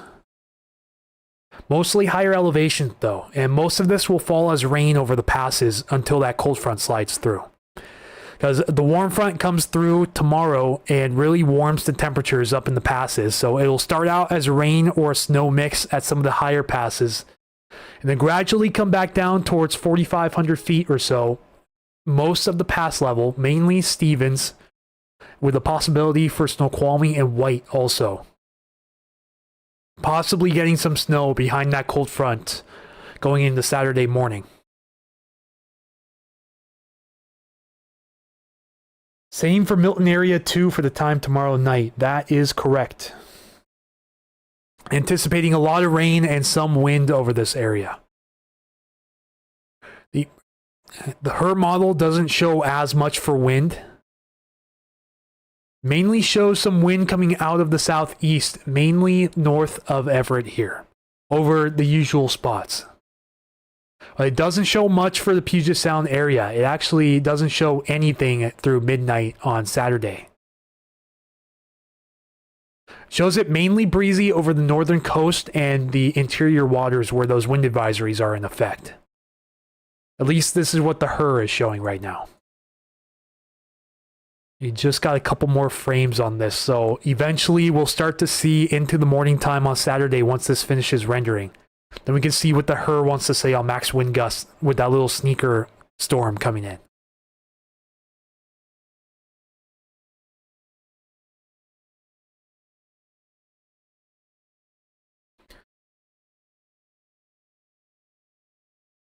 All right, let's get an update on things. Current time is 6:31. We have 17 likes, 115 now views. And audience is struggling a little bit, unfortunately. You know, I'm not going to complain on that. Dabu says I'm back. Welcome back. Just waiting for the rest of this HRRR to render. See what it says for Sunday or Saturday morning. Pardon me. I want to see if it starts to pick up on that low pressure center off the coast yet. It does. See, so it has it at 1,007 millibars at 2 a.m. on Saturday. And it looks like it wants to bring it up north towards Cape Flattery. But it doesn't look like it's going to be as strong at this time. Need a couple more frames to really visualize the track and the strength of this. It looks like the HRRR may be going lower end on this. Yeah, I think a lot of people just get bored watching this. Yeah, unfortunately, a lot more people want to see action on the road than they do want to see a guy sit behind his computer and look at models. But, you know, then again, Ben's audience has been, really attentive to what he has to say, and been looking at his audience numbers, and they're just absolutely trumping mine by a mile. Ooh, it looks like he also was finally able to get super chats as well on YouTube, which means he crossed 3,000 watch hours finally. We are almost there. Still need about 1,200 watch hours to really get into a favorable spot to enable super chats, and if I feel like it, channel memberships. But I do have that Patreon and that Facebook subscriber page going too. So I'm not quite sure if I'm convinced I want to do the channel memberships right now. You know, I just don't want to feel like I'm ripping anybody off on weather. This is not my cup of tea right there. So far on the HRRR 3 cam, it's looking like it doesn't want to deepen this low pressure area as deep as the previous models do. I'll have to watch these trends as we go in through the morning and afternoon time tomorrow too, because any changes with this will be critical to the forecast here. Yeah, it still has it around the 1,006 millibar low off the coast. At this rate, it would make landfall somewhere around the Cape Flattery as a 1,004 to 1,002 millibar surface low. So not too deep, but in the right place, it can cast a favorable pressure gradient to really kick up these winds across the Puget Sound.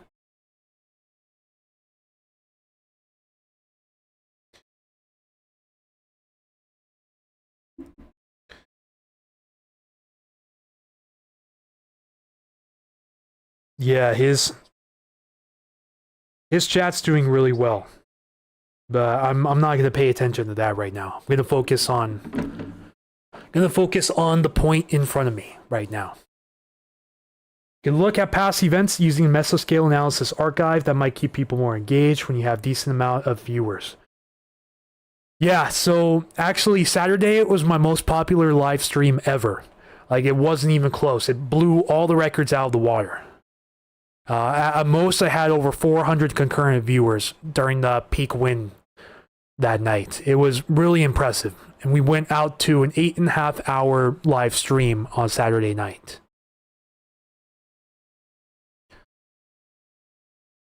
You know, and I gained about 1,300 watch hours alone from that. We got a really big boost from that, too. Not a YouTuber, so I don't know, just throwing out ideas. Yeah, that overall, I will say that is a good idea. I looked at that during the live stream on Columbus Day of this year, or the day before Columbus Day on October 12th, when it was the 63-year anniversary of the Columbus Day storm. I went over some historical data from that. So if you guys notice here on this new frame, it drops from 1006 to 1004. So maybe on to something here for the HER 3KM. When the rest of these frames render, there's 12 more to render, which go out to 5 p.m. on the 1st. This may be the point where it starts to deepen pretty quickly off the coast. The question is, how far will it deepen? It looks like the favorable landfalling point is somewhere around Cape Flattery, which is favorable for strong winds around much of the Puget Sound area. Maybe just a tad bit north of Cape Flattery along Vancouver Island. You just need to create more windstorms for the watch hours. Without causing damage, though, of course. If it was, you know, a huge coastal windstorm or a once-in-a-century event, then, yeah, sure. You know, like, I mean, the hype was really there on Saturday. I didn't want to hype it up as much as I did, but things started playing out in a different way as we watched the storm in real time. So it kind of had me change the forecast on the fly as I was watching these things. The last couple frames still has it holding steady around 1004. It'll really be, where does this pressure gradient set up over the area? Right now, it looks like it's on track to set up the pressure gradient somewhere around the South Sound here between Olympia and Seattle. Could bring strong winds to that area.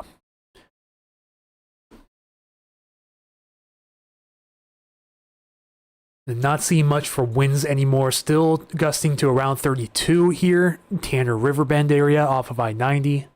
Just outside of North Bend, but it looks like those easterlies are starting to die down quite a bit. I have a question about Saturday. Why did last only about 5 minutes?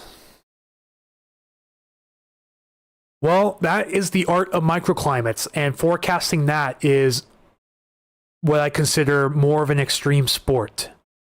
It's just, you know, when it comes to microclimates like that, it's just not going to be possible to give you an accurate forecast, I'm afraid.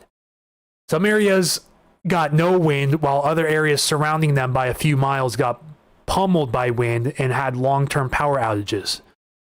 You know, it's just really knowing your locale and knowing the tendencies of these wind events. What makes it a little different is the wind came out of the southwest rather than the south ahead of a front. Because we didn't have a front pass through ahead of that. It was the whole brunt of the low pressure center coming through, which usually favors winds out of the west or southwest. It's not often we have a direct landfall of a strong sting jet like that. So, certainly a weather enigma. The fact that it produced a 66 mile per hour gust along the narrow strait before that station lost power was just incredible. One of the strongest wind gusts we've seen in the last 20 years around the Puget Sound. It was extremely isolated in nature.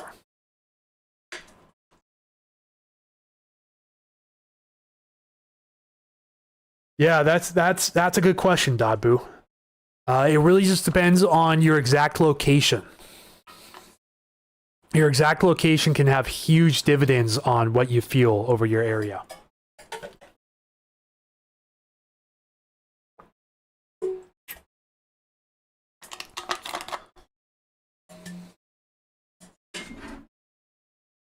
We'll pop in on Ben's stream again real quick.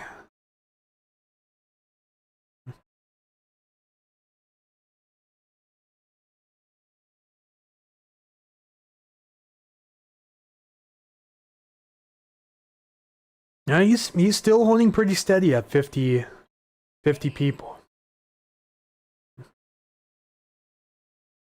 Yeah, we had multiple 70-mile-per-hour wind gusts along the coast, including a 77 at Hoquiam as that steam jet passed through, which I don't think a single forecast had that one. You know, there wasn't a single forecast that had more than 60, where we got 60 over the Puget Sound. That was just mind-blowing to see that come up in the report. I think we even hit 53 at SeaTac, if I recall correctly. I know the official report was 51, but it might have been marked up to 53 later on. Which is right about what the European was showing. So that's why most of the people claim the European to be the winner of that round. This would be around the time, 10 a.m., around the time the strongest pressure gradient comes through. Let me see what it shows for winds around this time. You know, it's getting pretty gusty along the coast when the back end of this system comes in. If we zoom in just a tad bit here, it has some areas of the Puget Sound getting over 40, but other areas down to the south in the 35 to 40 mile per hour range. But we just got the new frame there. You notice the red starting to move east here, so I think we need 1 or 2 more frames to really put the full story together. So far, what I'm seeing from the HER 3KM is a little bit of a delayed effect from the previous models. The HER 3KM looks to be pushing it towards the early afternoon hours rather than later morning, or around mid-morning or so. Can many lows and pressure troughs form from geography and impact wind variability? I believe something like that happened in 1979, if I'm not mistaken. There was a little wake low that formed behind the Olympics over the Hood Canal and caused the Hood Canal floating bridge to be destroyed. If you guys want to look up the windstorm of 1979 over the Hood Canal Bridge, that's how it was completely demolished. You know, a little eddy formed right along the leeward side of the Olympics here. So it can happen. It does happen on occasions. We just don't really hear about it much. You know, it's not as common as you think.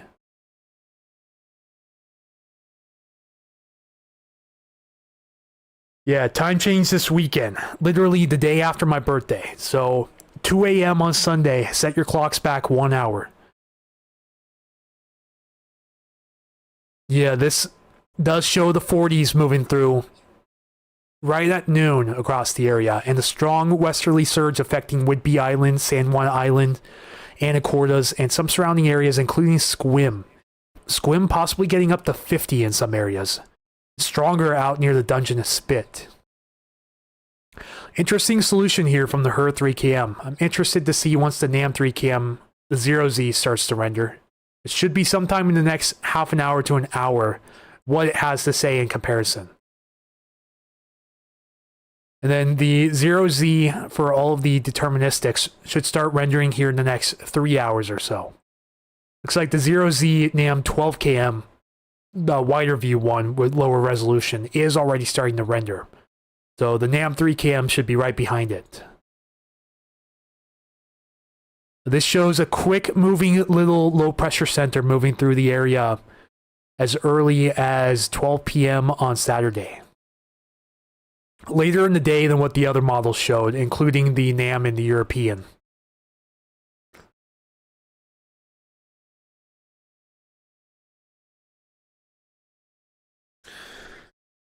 Sonia, I'm on Ben's stream. I see you betrayed me. No, but all jokes aside, Sonia's a great person, great moderator. Glad to have her on the team.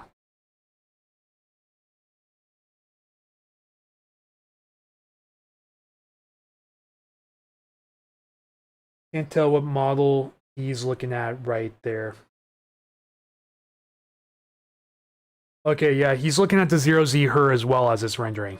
We're looking at the exact same model right now. Kind of coincidental.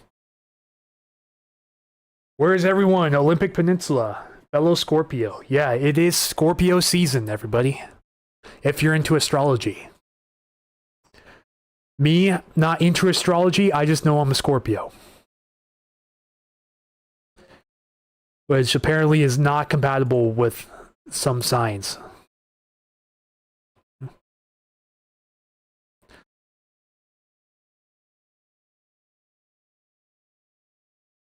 Her also has a wind shadow forming over here.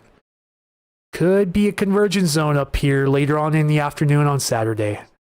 Still showing the Seattle-Tacoma area between the 30 to 40 mile per hour gust range, which doesn't seem like much, but remember, we do still have some leaves on the trees, and the soil will be highly moisturized ahead of this. It'll be extremely damp and enough to really uproot some trees in those weaker soil areas. You know, the previous windstorm did help us wean out some of those trees and susceptible areas, but it also probably weakened a lot of trees that didn't quite get wiped out with the most recent storm, which this one could finish it off for them in some areas. Yeah, don't worry, Sonia. I'm not punishing you. I'm just busting you. Yeah, Sonia's monitoring Ben and mine stream simultaneously.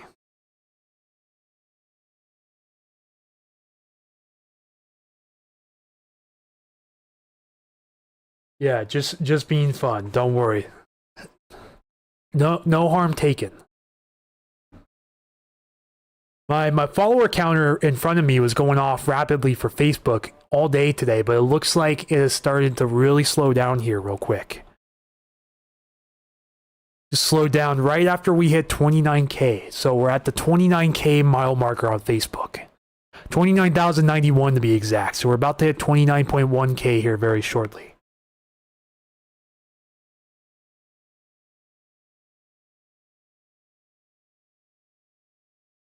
Yeah, Ben's looking at the exact same model that I am right now, the 0Z her, which has one frame left before it's finished rendering.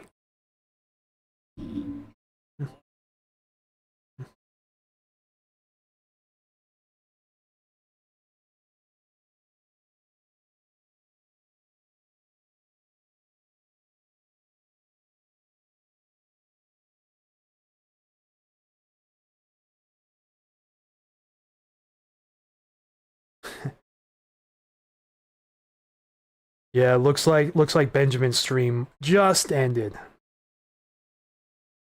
So who knows? Maybe some of that audience will come over.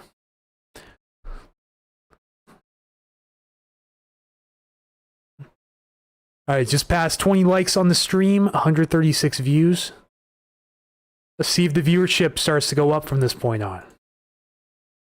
But yeah, really great job to Ben and their team for hitting on 100K on Facebook. You know, couldn't be happier for them. But yeah, Ben's stream just ended, so maybe we'll see an uptick in audience here real shortly.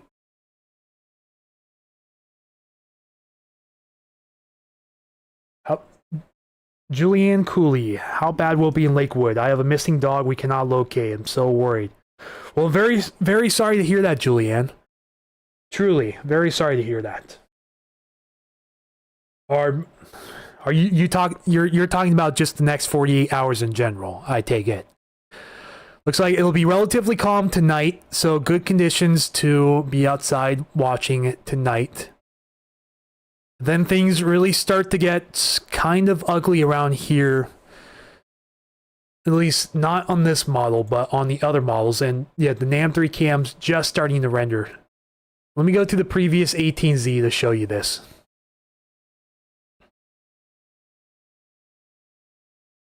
This one has the wind starting to kick up around the area sometime around 8 p.m. tomorrow night. Just blustery, but nothing really to be concerned about. This model here pulls the low that we're looking at well to the south, which would bring the wind field farther south along with it.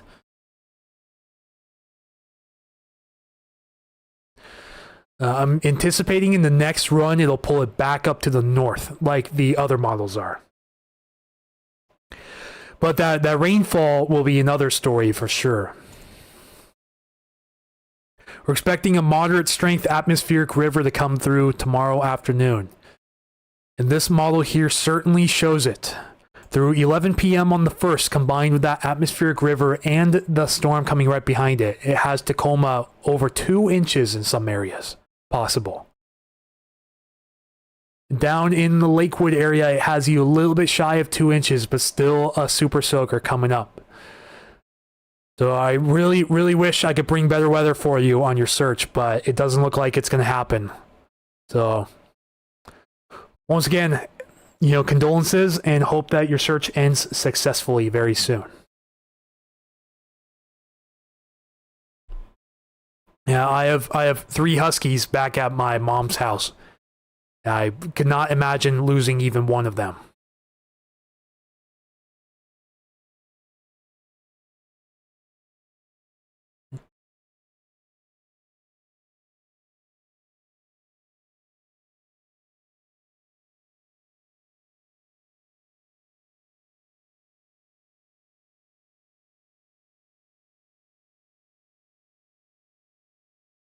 All right, anyone else tuning in tonight? How's everyone doing today? Hopefully everyone else is doing pretty good. They're getting ready for trick-or-treating tomorrow.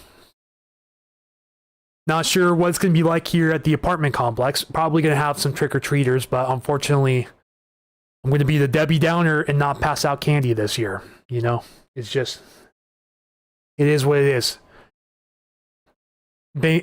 Things are a bit too tight right now to really focus on added expenses. I wish I could say things are going better, but they're not. Maybe someday, if I get the right audience member or a sponsor that wants to come along and give Puget Sound Stormwatch the needed sponsorship to really change things around, then I will be open arms for that moment. I know Ben and Michael have their fair share of sponsors, and that has really helped them tremendously. That's one of the reasons why Ben was able to get his network booster for his car, which made his Coastal live stream possible, as good as it was.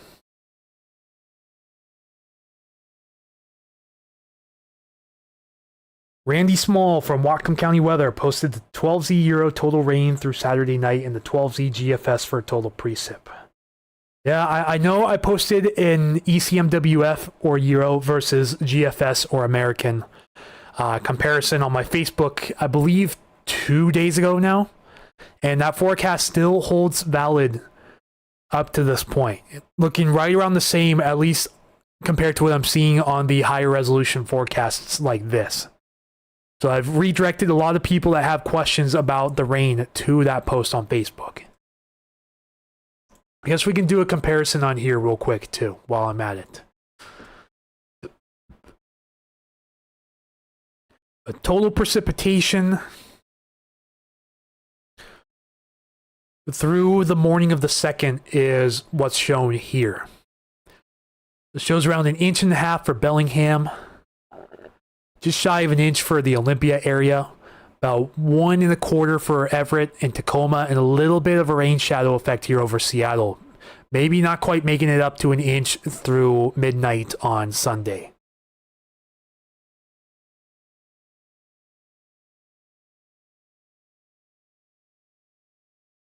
Yeah, what Sonia suggested is a perfect suggestion. Start getting the word out to everyone as much as you can. And yes, Sonia, I currently have 3 huskies back at my mom's house. I've also had 6 throughout the years, starting back in 2009. It's unfortunate that 3 of those dogs are no longer with us, but You know, I'm glad to have 3 really great and well-behaved dogs right now. So couldn't be any more grateful for that.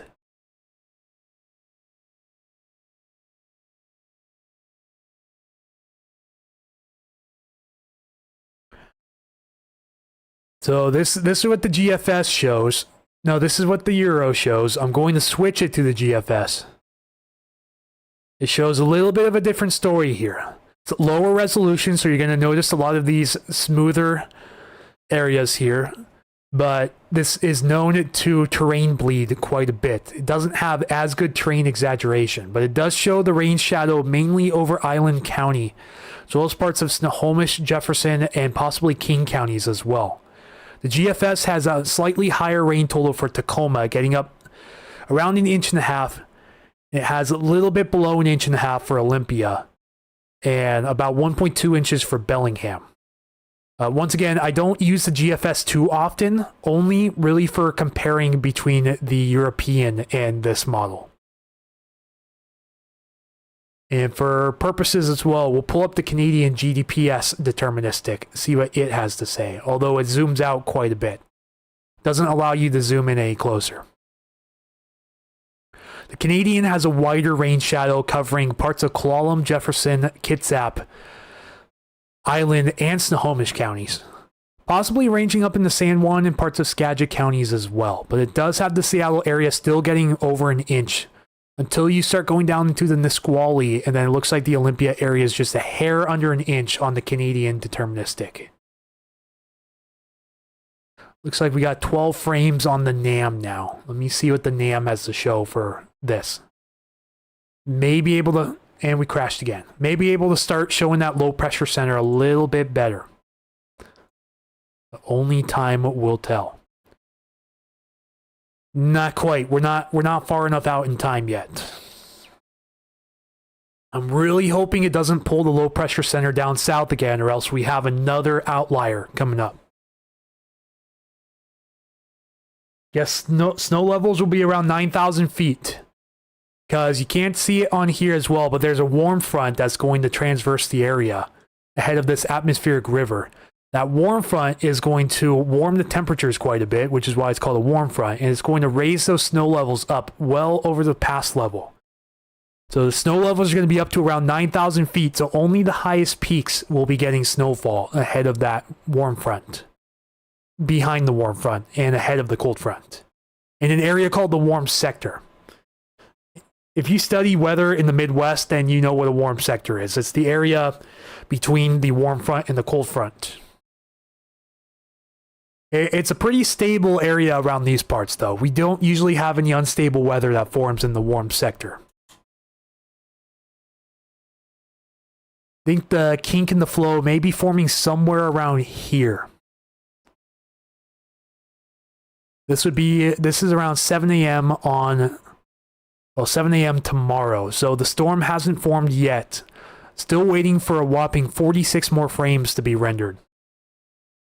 So snow levels will be pretty high, and that's one reason why that they're elevating some of the flood risk for some of these rivers for the Olympics and the Cascades.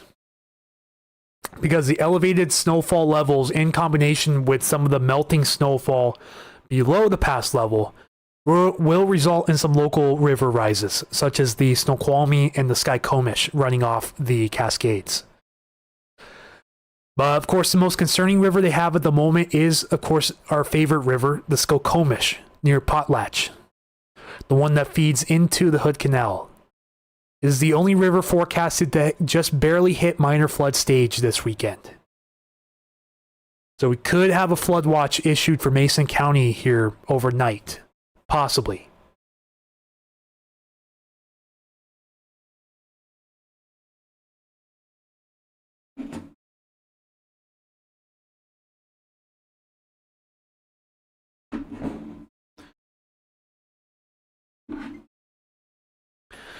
Looks like follower counter just started going up again. And we're just 5 shy of 29,100. Pretty realistic shot to hit 30K if all goes well. It looks like Ben actually just went live on Facebook too.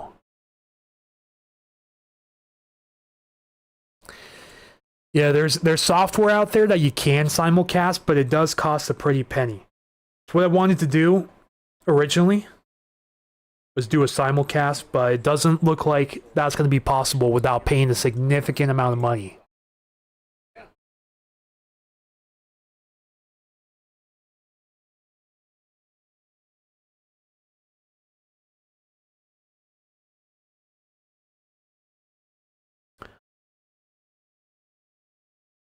Few more frames rendered here. So this is the bulk of the atmospheric river coming in tomorrow.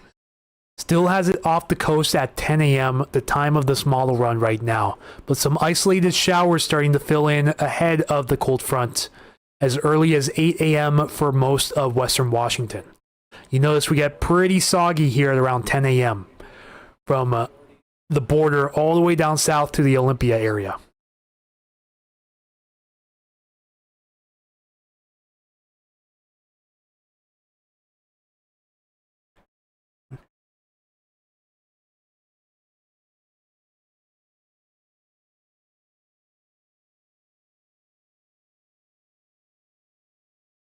Alrighty.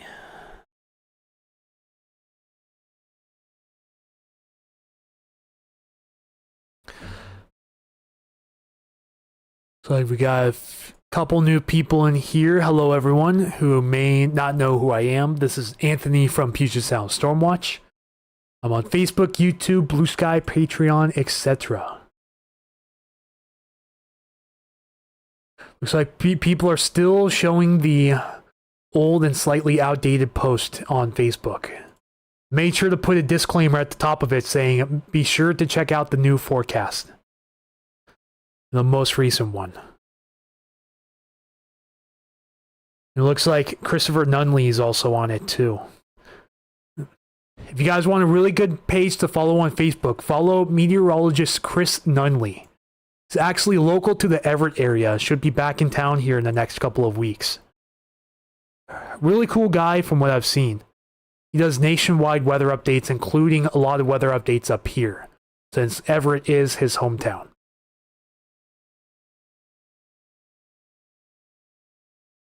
Yeah, so it has the atmospheric river starting to make landfall here by around the noon hour.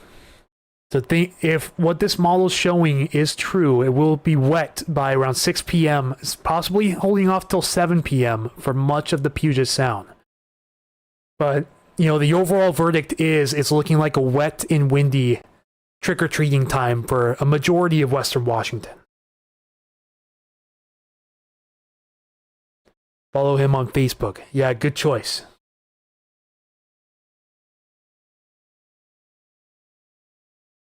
I believe he's the largest page to follow me in terms of follower count, which I think he might have just hit 320K not long ago.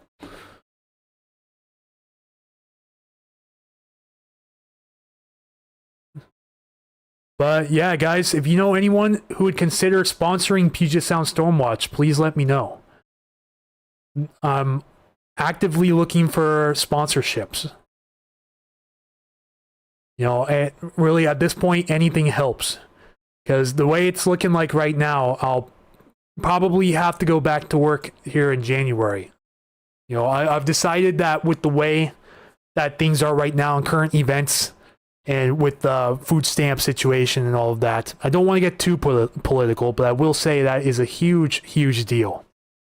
The way things are going right now and not really emphasizing on workplace security, especially in the retail side of things, I think I want to take my chances another 2 months or so and then possibly find work in January if things haven't really taken off here on the platform.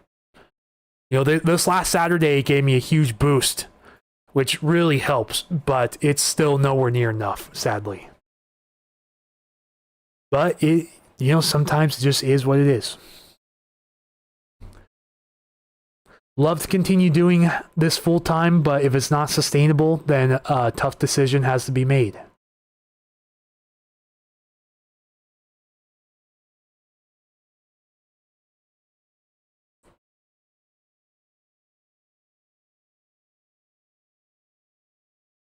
All right, so we're at 3 p.m. here on the new NAM 3 cam. It has the line of rain covering most of Everett northward. Has a nice rain shadow over its usual area, just northeast of the Olympics. Then the line of rain extending towards the Olympia area at 3 p.m. on Friday. Tomorrow. We're still not seeing that little sneaker pop up here yet. And depending on its strength and where it makes landfall, could be a big deal for some parts of western Washington tomorrow. Or Saturday.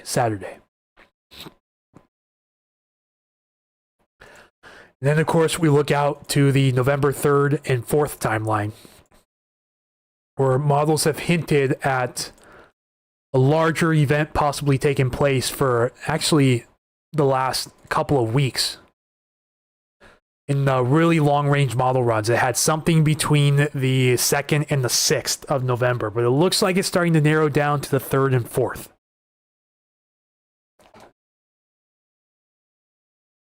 Hopefully I didn't just hit my network cord there. That would suck. I think we're good.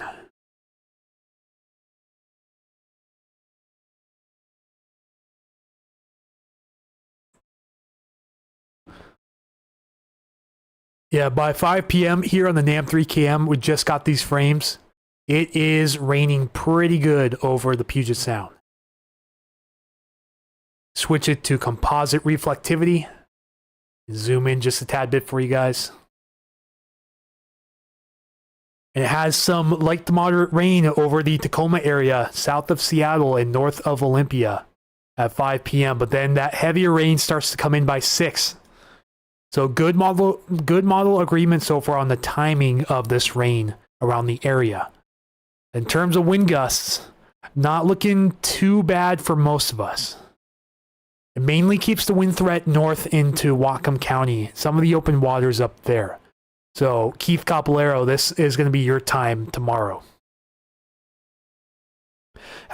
Has a pretty breezy down here in the South Sound, a little breezy here in the Central and North Sound. But not much going on down here along the King and Pierce County line and parts of SeaTac, at least according to this one model run so far.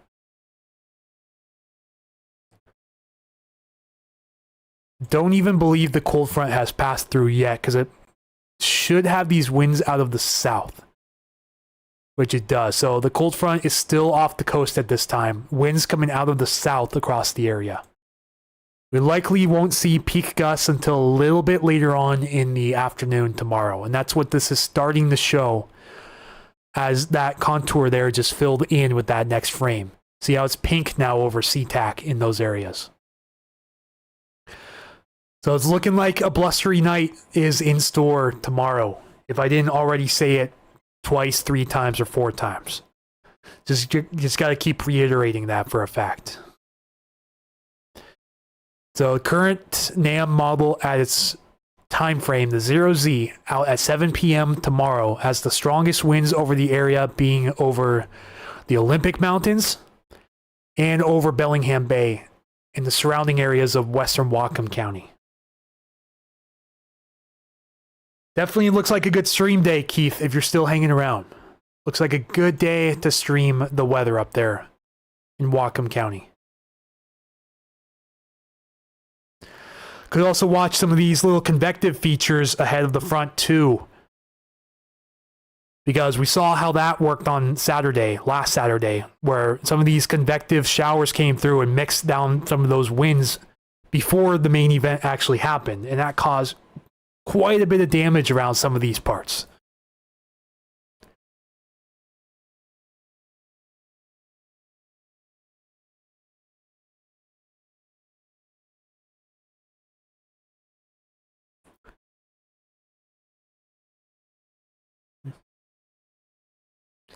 Go check some winds again. Definitely settled down, still gusting to around 30 up here in the Snoqualmie River Valley, coming down the Stampede Gap here.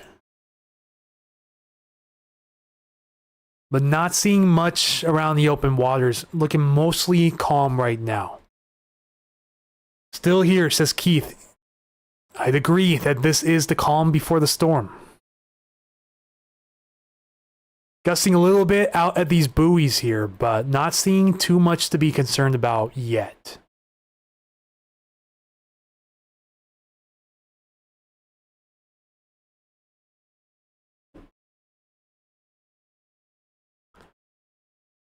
Those of you who wanted a refresher on this atmospheric river, this is according to the European model. We switch it to the ensemble forecast. The control forecast has it stronger in some places, but the ensemble forecast brings this atmospheric river down to a category 3, which is still moderate level for the Washington coast. It has it a little above moderate and at the highest level for the southern Oregon coast.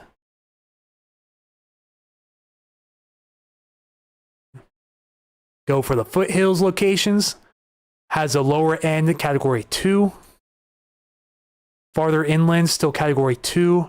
And the farther east you go, the lower it is. But we mainly pay attention to the coastal formats here.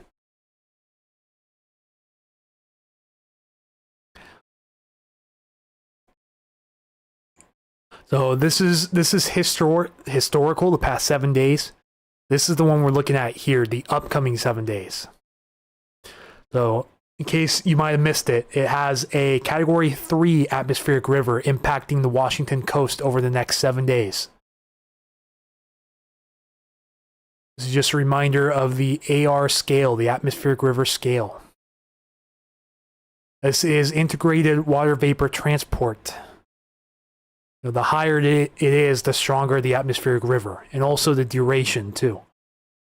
So, integrated water vapor transport on the y-axis and duration on the x. Longer the duration, the stronger the atmospheric river in theory.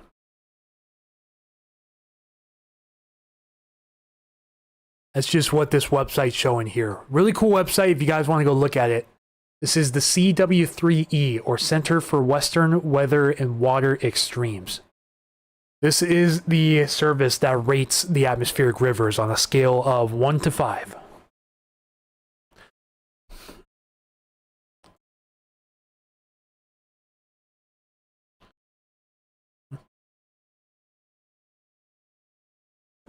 Current satellite, again, clearing is coming to an end for any areas that have cleared. Mainly Tacoma North. The high-level clouds associated with the atmospheric river are on their way. That's our atmospheric river, and it is coming in quick. It extends pretty far off to the southwest here. The moisture plume breaks up a bit as it gets north of Hawaii, but the overall plume extends all the way out towards Japan. This is going to bring a pretty quick moving atmospheric river, albeit slower than the one we saw last Friday. You know, Friday's atmospheric river was pretty progressive. This one will be a little slower. It could actually stall over parts of the Oregon coast or southern Washington coast too.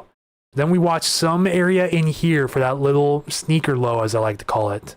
A little sneaker storm that forms and moves in within about 18 hours after forming, which could give us a little surprise burst of wind for some of these areas.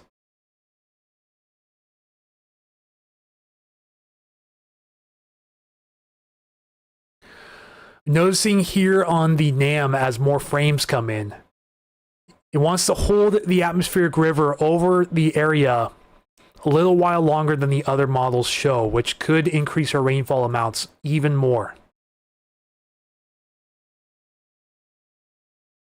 It has the Seattle-Tacoma area over a ½ inch by the time we get into Saturday morning. You notice most of the coast is well over an inch. Some areas almost close to 2 inches along the coast.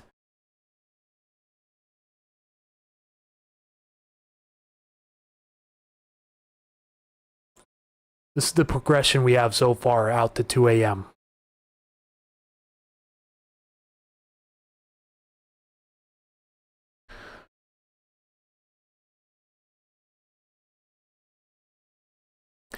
Sending out some more page invites on Facebook too. And if you guys want to help out the page, if you're on Facebook, go ahead and tell your friends about Puget Sound Stormwatch. I'm surprised how many people still don't know that Puget Sound Stormwatch is a thing. You know, if you follow the page, go ahead and send out invites to your friends. Same goes for YouTube too. If you like the coverage here on YouTube, go ahead and share with your friends.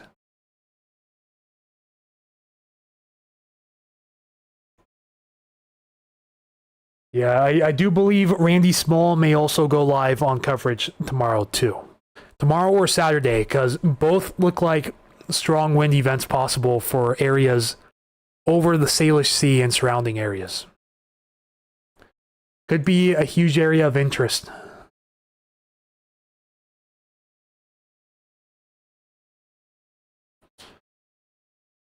Gonna get up and take a stretch break real quick, everybody. Be right back.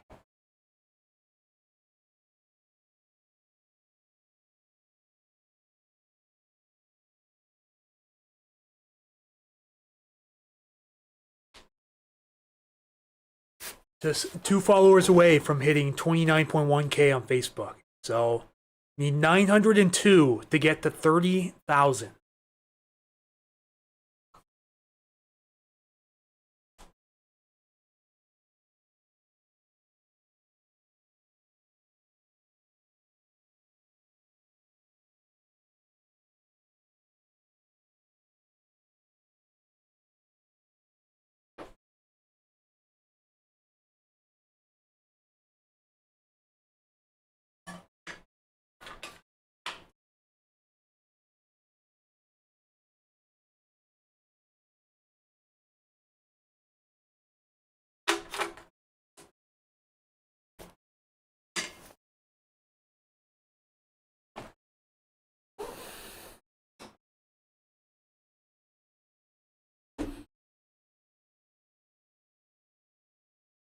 Now, look at how quickly this jumps up on an hourly basis. A lot of these areas here in the South Sound could see up to a 1/4 inch per hour rainfall rates. That's what this is showing here. Because between 2 a.m. and 6 a.m., Tacoma jumps up an entire 1/2 inch. The Olympia area also rises pretty sharply too. I notice it still has a pretty well-defined rain shadow over much of the Salish Sea. Be interesting to see how this progresses as we go throughout the day tomorrow too.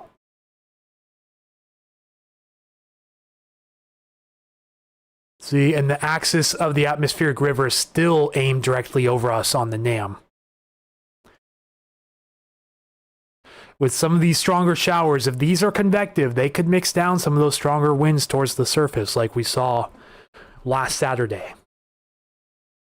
Just as a heads up for some of those who don't know. That's the nature of these strong showers. They have stronger downdrafts, which can temporarily mix down some of those convective winds aloft down towards the surface. And that caused quite a bit of damage in areas like Bonnie Lake and Buckley last Saturday, before the actual main event.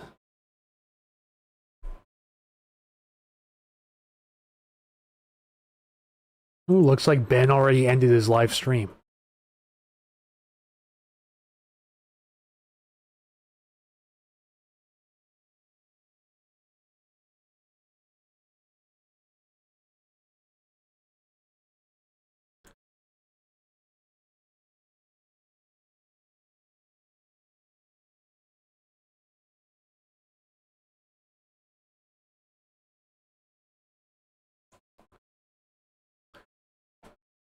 All right, still waiting for quite a few frames to render here.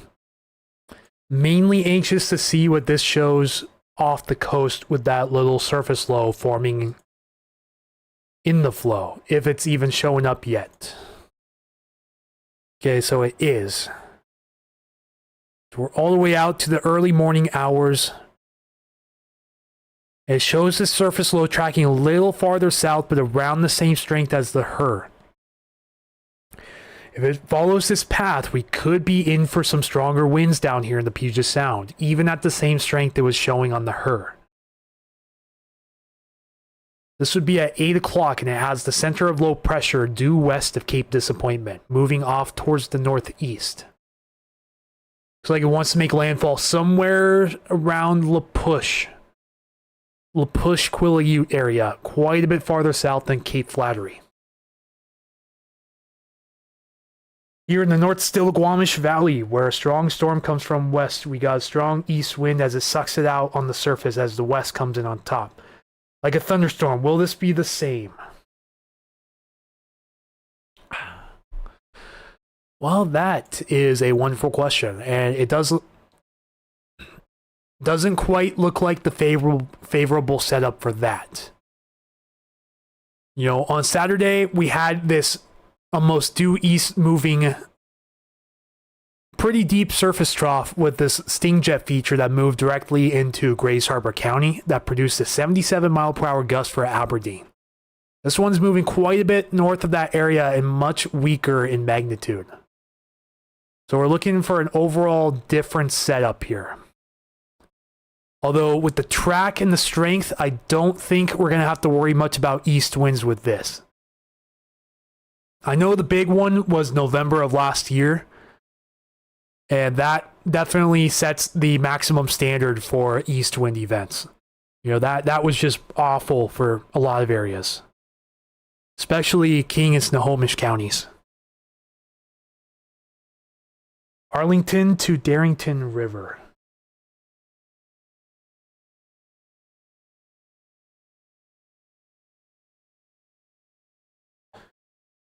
I guess we can go look at wind direction real quick and zoom in a little bit just to get a general idea. At least have some wind barbs in the area to show this. So far, at least, I'm not seeing any siphoning effect from the east. I believe there may be a cold front somewhere embedded in this, which could kick up the southerly winds ahead of this trough feature that comes in. Not seeing any indication of strong easterly winds coming down the Stillaguamish or any surrounding river valleys. This would certainly not be the setup for it either way. But you notice that now the NAM, compared to the previous model which pulled it south, is starting to recalibrate itself to pull it farther to the north like the other models.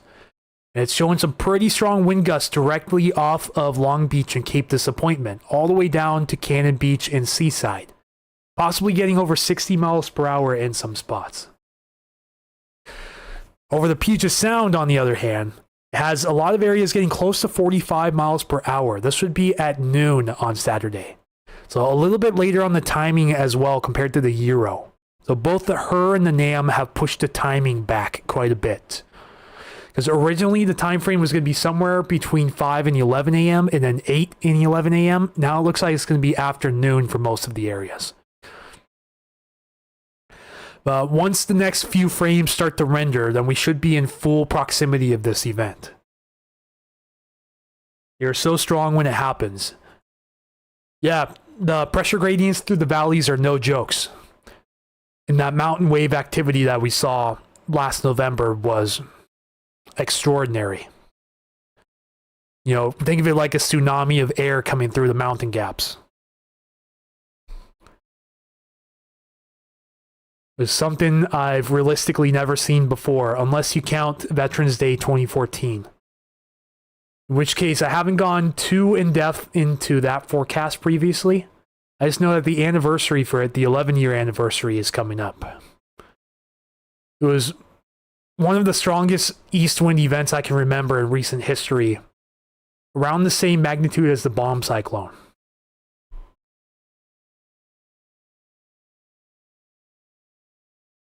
In the next frame here at 1 p.m., it starts to pick up a little bit of the South Sound here inland. Enumclaw area is pushing 40 miles per hour in this run. North Bend's right around 40.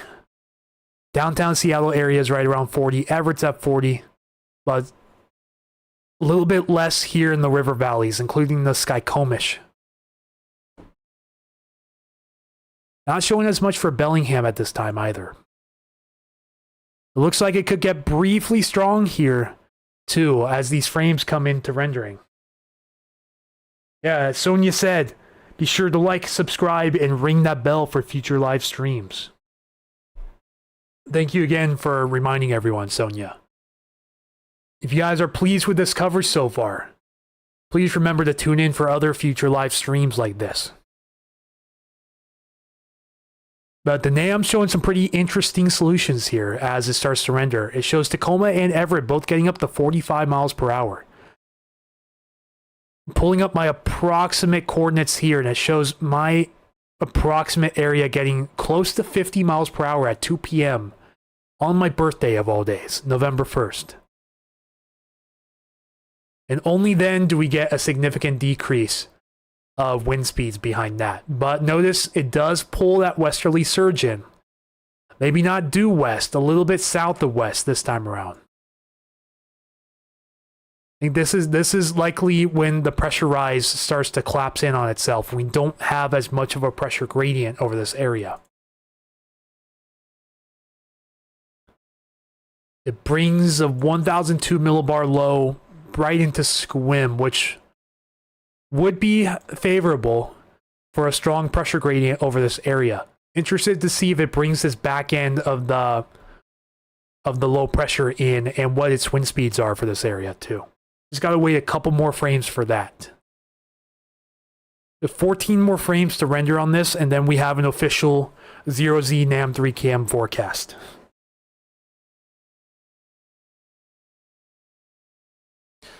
And let's go to radar at this time too. Yeah, the NAM's definitely corrected itself from the last run, and it has a clear as day convergence zone here, which up in the higher foothills here, since this is behind the cold front, assuming there is a cold front with this system, could bring the snow levels down here in the foothills quite a bit. This is still well east of most of the civilization though. This is like all the way east of Skykomish, Bering, Index, those other cities out here. So could expect some heavy rain or snowfall from this, the easternmost portions near Stevens Pass.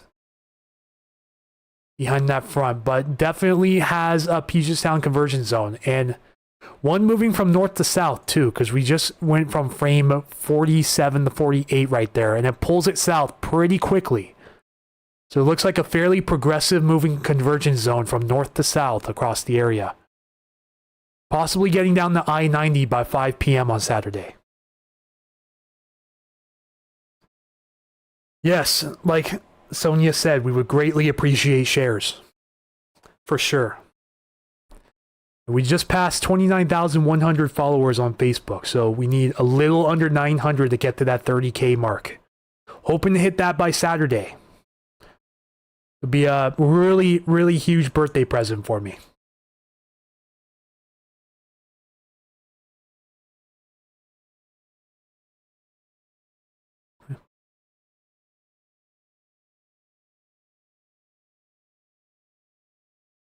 Just looking at a lot of Twitter replies.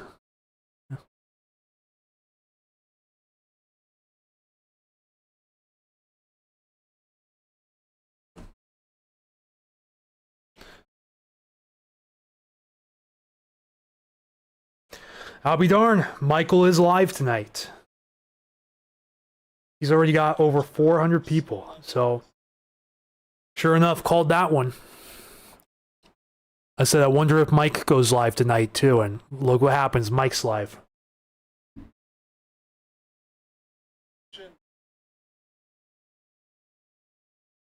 Looks like he's reading the area forecast discussion.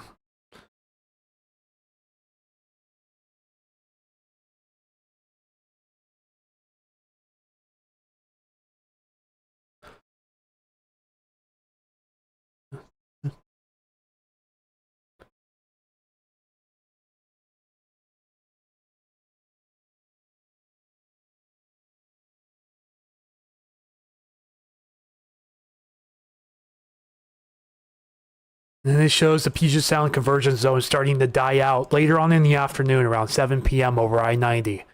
So we'll likely be falling at snow up here at Snoqualmie Pass. So I wouldn't expect an easy travel night on Saturday over the pass. It looks like this could be falling at snow. Go to precip type Shows it's falling as snow over Snoqualmie Pass. Directly over the pass. Heavy snow at that time.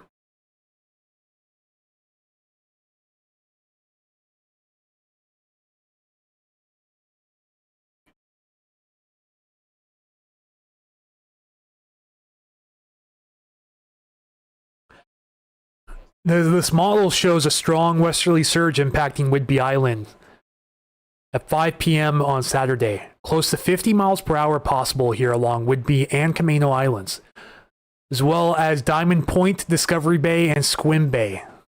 And the Dungeness Spit as well getting in some of the action.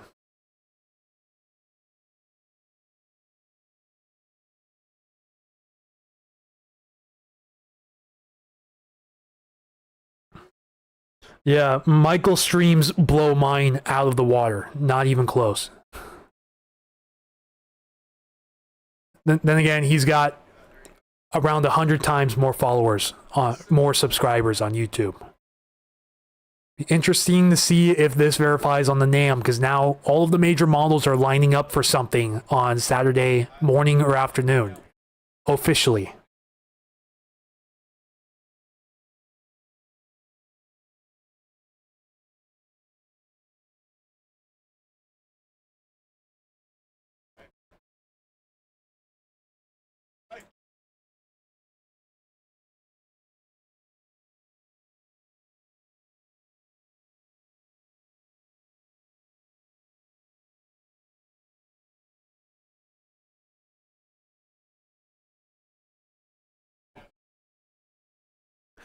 Just tuning in to Mike's stream and saying hello.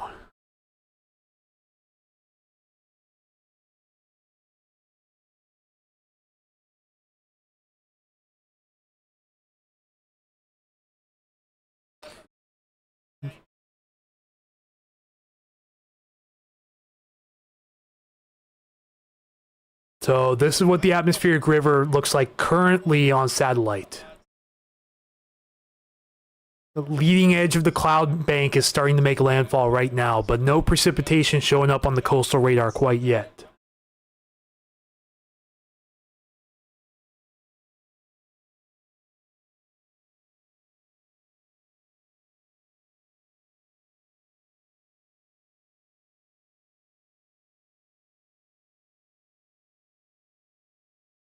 Be right back. Sounds good, Sonia. Take your time. Just about to hit 25 likes here on the stream and getting close to 200 views.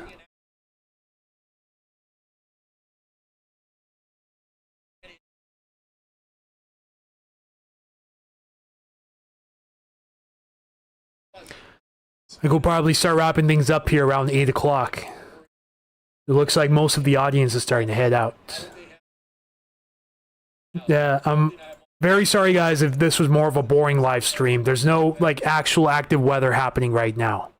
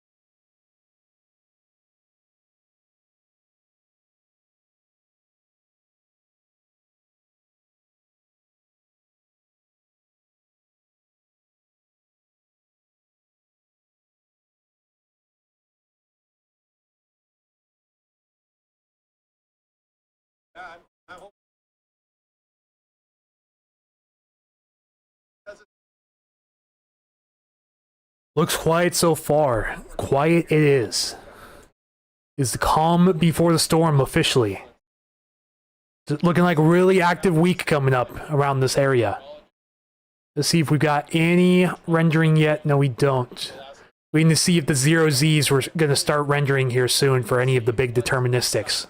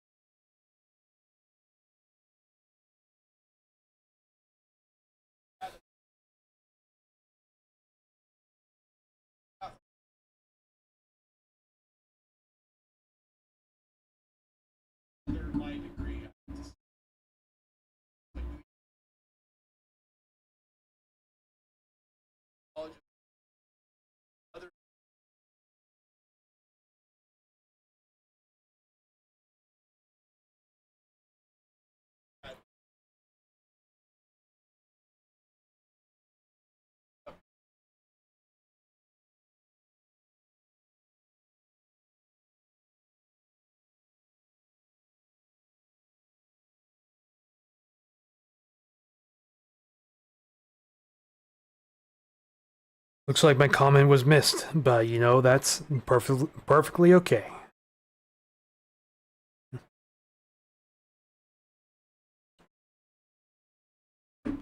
Alright, back to what we were talking about. They also mentioned there was a lightning strike somewhere out here. That's what Michael was just saying. So definitely a chance for some convective showers to come into our area as well. There's pretty unstable air coming in behind this thing. Looks like we're just about complete on the NAM 3KM 0Z.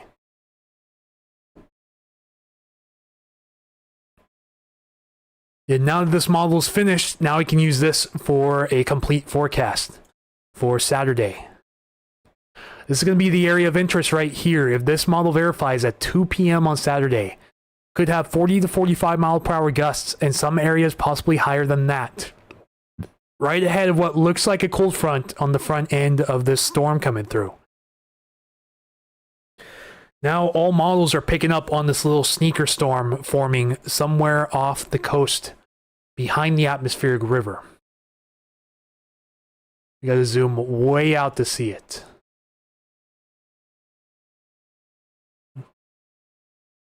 Of course, we can't see it on that, so we have to go to an international model. This shows the greater North American continent. Clouds moving into Whatcom County. Yes, that is right. Look at how quick this forms. The initial storm is just a blob of rain out here behind this atmospheric river here. Watch as it starts to organize a bit. You get that kink in the low-level flow, and then it quickly sends this developing low-pressure system directly into a favorable spot for strong low-level gusts for most of the area. Then a quick little ridge, and then our next system comes through sometime November 3rd or 4th. That could pose a strong wind threat here too. And then a really strong cold front comes through sometime around the 5th. So it's just really a 1, 2, 3 punch for us over the next week. Definitely looking like some more chances of live streams coming up too, especially the November 3rd time frame. But not planning any live streams for the 1st, since it is my birthday. I want to spend that time with my family. Even if it's windy outside and stormy overall, I like to spend that time with the family at dinner, so that's what I'm going to do.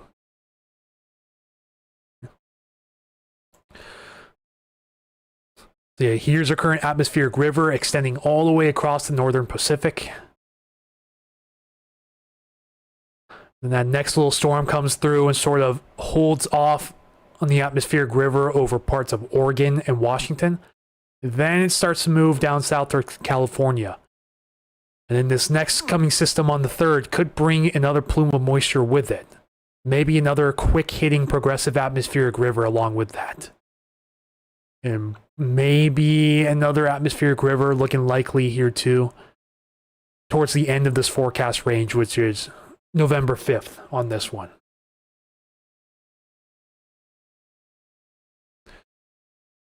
Then, depending on what shows up on the 0Z, the next run, this could also be something of interest to look at too in the future. Another atmospheric river plume coming in from the west.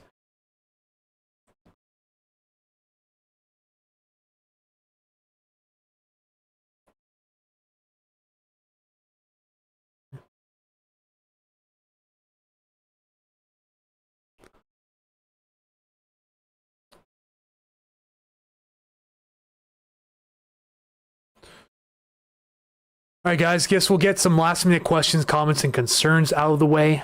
I'm going to consider wrapping it up for the night, closing in on 3 hours here at 8 o'clock. Of course, I want to make sure I save my voice this time around. I'm definitely not anticipating anything over 3 hours, unless we get a huge audience to come in. But with Michael's stream going right now, I'm not anticipating that happening.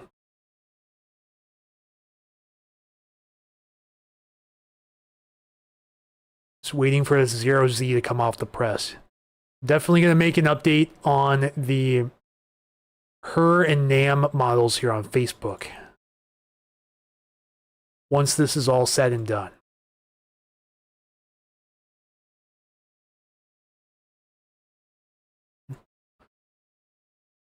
Yeah, the Her agrees on a convergence zone over southern Snohomish County.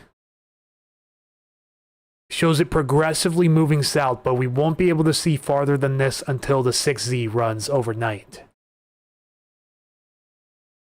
Keith says, I will be ready for tomorrow. That is the spirit. Yeah, it looks like both the Her and the Nam show the atmospheric river kind of hanging up over parts of the sound from Halloween night into early in the morning on November, before it eventually starts to slide south, and then we get the remnants behind that cold front.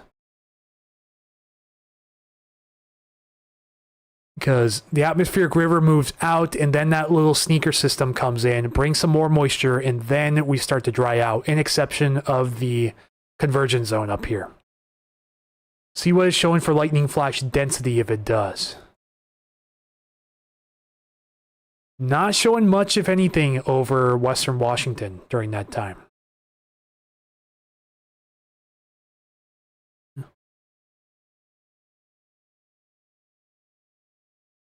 Shows a semi-decent pressure gradient. It's not too much, but it's enough to definitely stir up those winds. So yeah, these are peak winds on the Her model. A little bit less than the Nam. We'll have to wait for the next European to start rendering to really give it a fair comparison.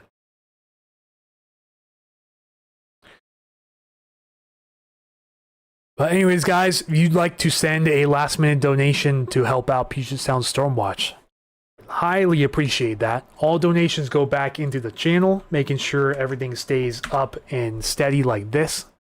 Link has been posted in the comment box. I'd like to thank all three of my top supporters, Diana Stevens, Lady Blue, and Jen, for your kind and generous donations to the channel. Thank you all so much again. We're making a push towards that 30K marker here over the next 2 days. Let's see if we can do it. I gained around 600 followers today on Facebook after making the big win post earlier this morning. That really helped give us a good jump start, because I was originally fearing that we weren't going to get anywhere near that point. Just in time, we just hit 25 likes also.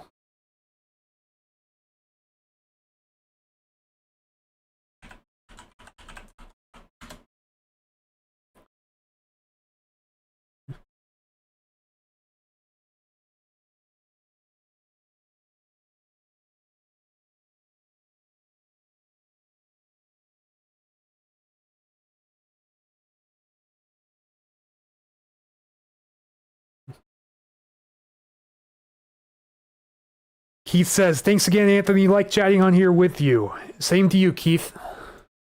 Thanks again for tuning in and being a generous supporter. Always good to have some moral support in someone watching the outer areas that a lot of people don't watch. So that really does help a lot.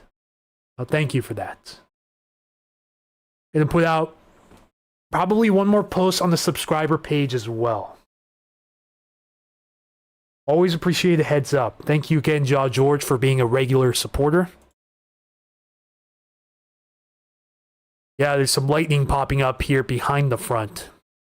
Some unstable showers producing thunderstorms here near the center of low pressure.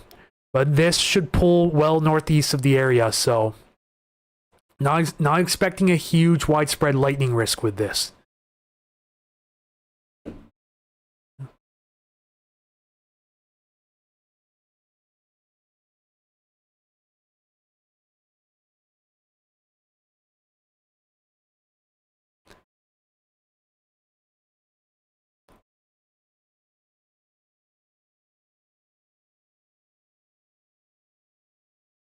And that post took off on Facebook. It's got to be up there with record reach behind some of the bigger end storms. We shall see. It's going to be something to watch really closely over the next 24 hours. Sonia says, thank you everyone for joining us. See you on the next stream. Good night, everyone. Good night, Sonia. Thank you for being a great moderator.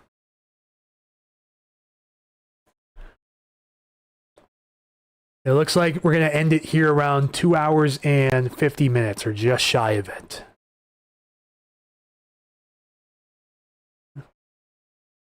I was hoping maybe we could load up the chat box on the screen, but that didn't work. Looks like I need a little bit of extra coding to make that happen. It's good to see that the viewer counter works just fine. So a sign of a bright future ahead for more stream features.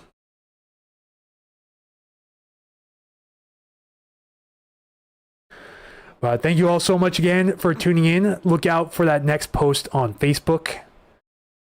And if you're a Facebook subscriber or a subscriber to my Patreon, I also do have this on Patreon too. Let me refresh this for you guys. So thank you to the 2 people who have pledged so far. That's what the main page looks like right now. This is what you see when you have full access unlocked. Only $1.99 a month if you'd like to support Puget Sound Stormwatch on a monthly basis. This includes the free posts as well as the paid posts, and you can try out the paid for 7 days free as well. Always forget to mention that. There's a 7-day free trial period if you want to try out the paid blog posts as well, including the most recent one, Wind Advisory in Effect for Northern Waters. All the blog posts from Facebook are cross-posted over to Patreon as well. So if you're already subscribed on Facebook, you don't have to resubscribe here on Patreon. Should be nearly the exact same content, if not the exact same content, cross-posted. Thank you, Sonia, for the kind words. Much appreciated. Barring any last-minute questions. Ooh, lightning strike dead center in that storm there. And we'll go ahead and start wrapping up things for the evening. Trying to get my sleep schedule fixed a little more and start to really boost my fitness goals as we go into the end of the year. It'll probably be, most likely, I'm going to hold myself to it. I'm going to be starting some new fitness rituals to end the last 2 months of the year, and I want to be unrecognizable by the time we hit the new year. Rory Sinden, wondering what app and setup you use for that combined satellite radar view. This is windy.com. So exactly as it shows, just type in windy.com and then go to satellite and then click overlay with radar right down here. You can go back up to 24 hours, or you can enter historic satellite imagery as well in the archive down below. Also shows real-time lightning strikes too, and can even play a little sound whenever lightning strikes. It's really cool, honestly. I have the premium subscription, the annual one for Windy as well. We've got subscriptions for Windy, Radar Scope, and Pivotal Weather. You know, it's just too bad because I was using Weatherbell for such a long time, and then they completely canceled my subscription and will no longer accept my card. So it's just too bad. Wish they took PayPal, but they don't. But yeah, windy.com is what I use for satellite, radar, and lightning overlays.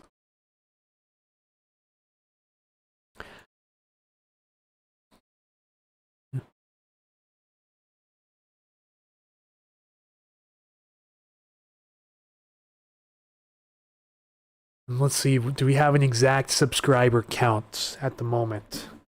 See if we've gone up anymore. We haven't hit 1.11k yet, so we got to be somewhere between those numbers. It looks like we gained 2, so we're at 1,103 subscribers on here. Just in time to ask some questions. Perfect timing, Rory. What's the forecast for northern Vancouver Island through the weekend? Looking quite blustery through the weekend, but it looks like most of the activity stays south of you. However, the atmospheric river is starting up for your area as early as tonight. So do be aware heavy rainfall rates are inbound, and some of it could be breezy too. The strongest winds and heaviest of rain are expected to your south. So you could get out dry on Saturday if all goes well. Yeah, winds are dying down for sure. Now let me go show you what the European's showing for northern Vancouver Island real quick.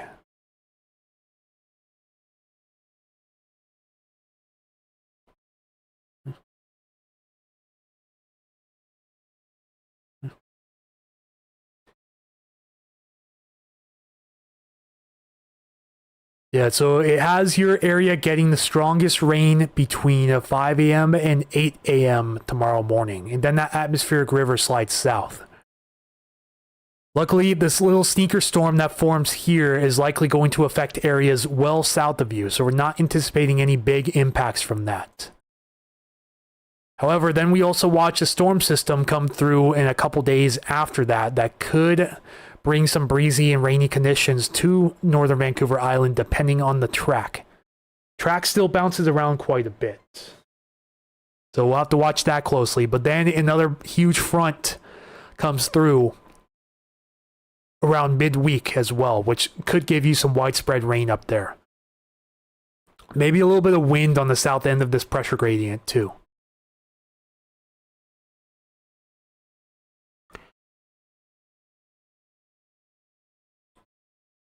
Might be able to see a little bit clearer in the northwest sector, but it may be zoomed in too far. Nope, that's much better. Should have done that the first time. So yeah, heavy rain right on the doorstep of North Vancouver Island at 2 a.m. and then taking over North Vancouver Island by 5 a.m. System after system. Yes, this is the Pacific Northwest Storm Train in full action. No better time than this time of the year for this to start happening. Remember, there were a lot of times earlier this fall where we thought the storm train was going to pick up, and then we just get a ridge that sticks for a few days, another weak system, and then another strong ridge that comes through. And we just thought, okay, when is this thing going to start full time? Well, it looks like we have flipped that switch in the right direction.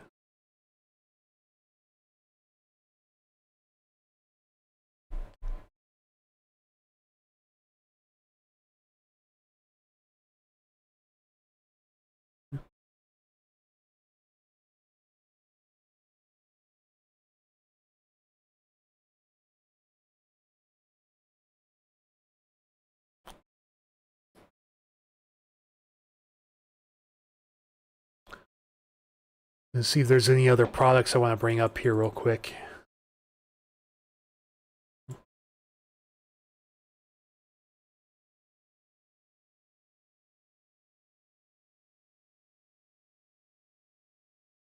All right, well, I think that about concludes this live stream for tonight.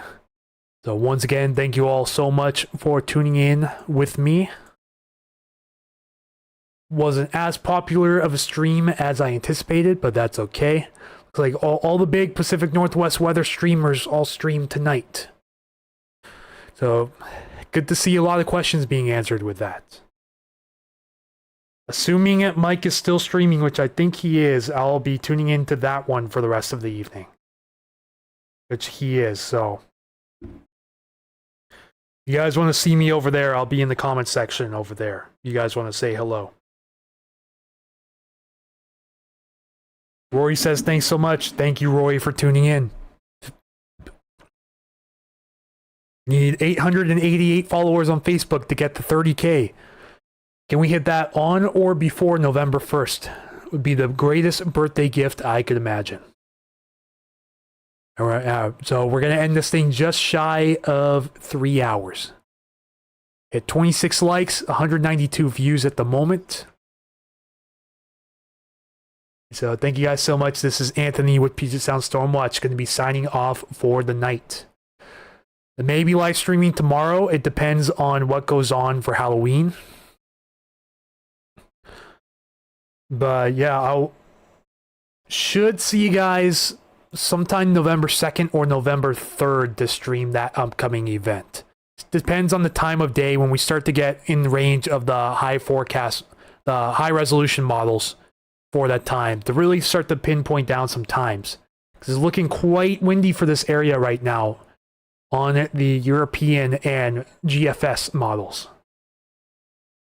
Sonia says good night. Yes, good night, everyone. We'll see you guys around for the next one.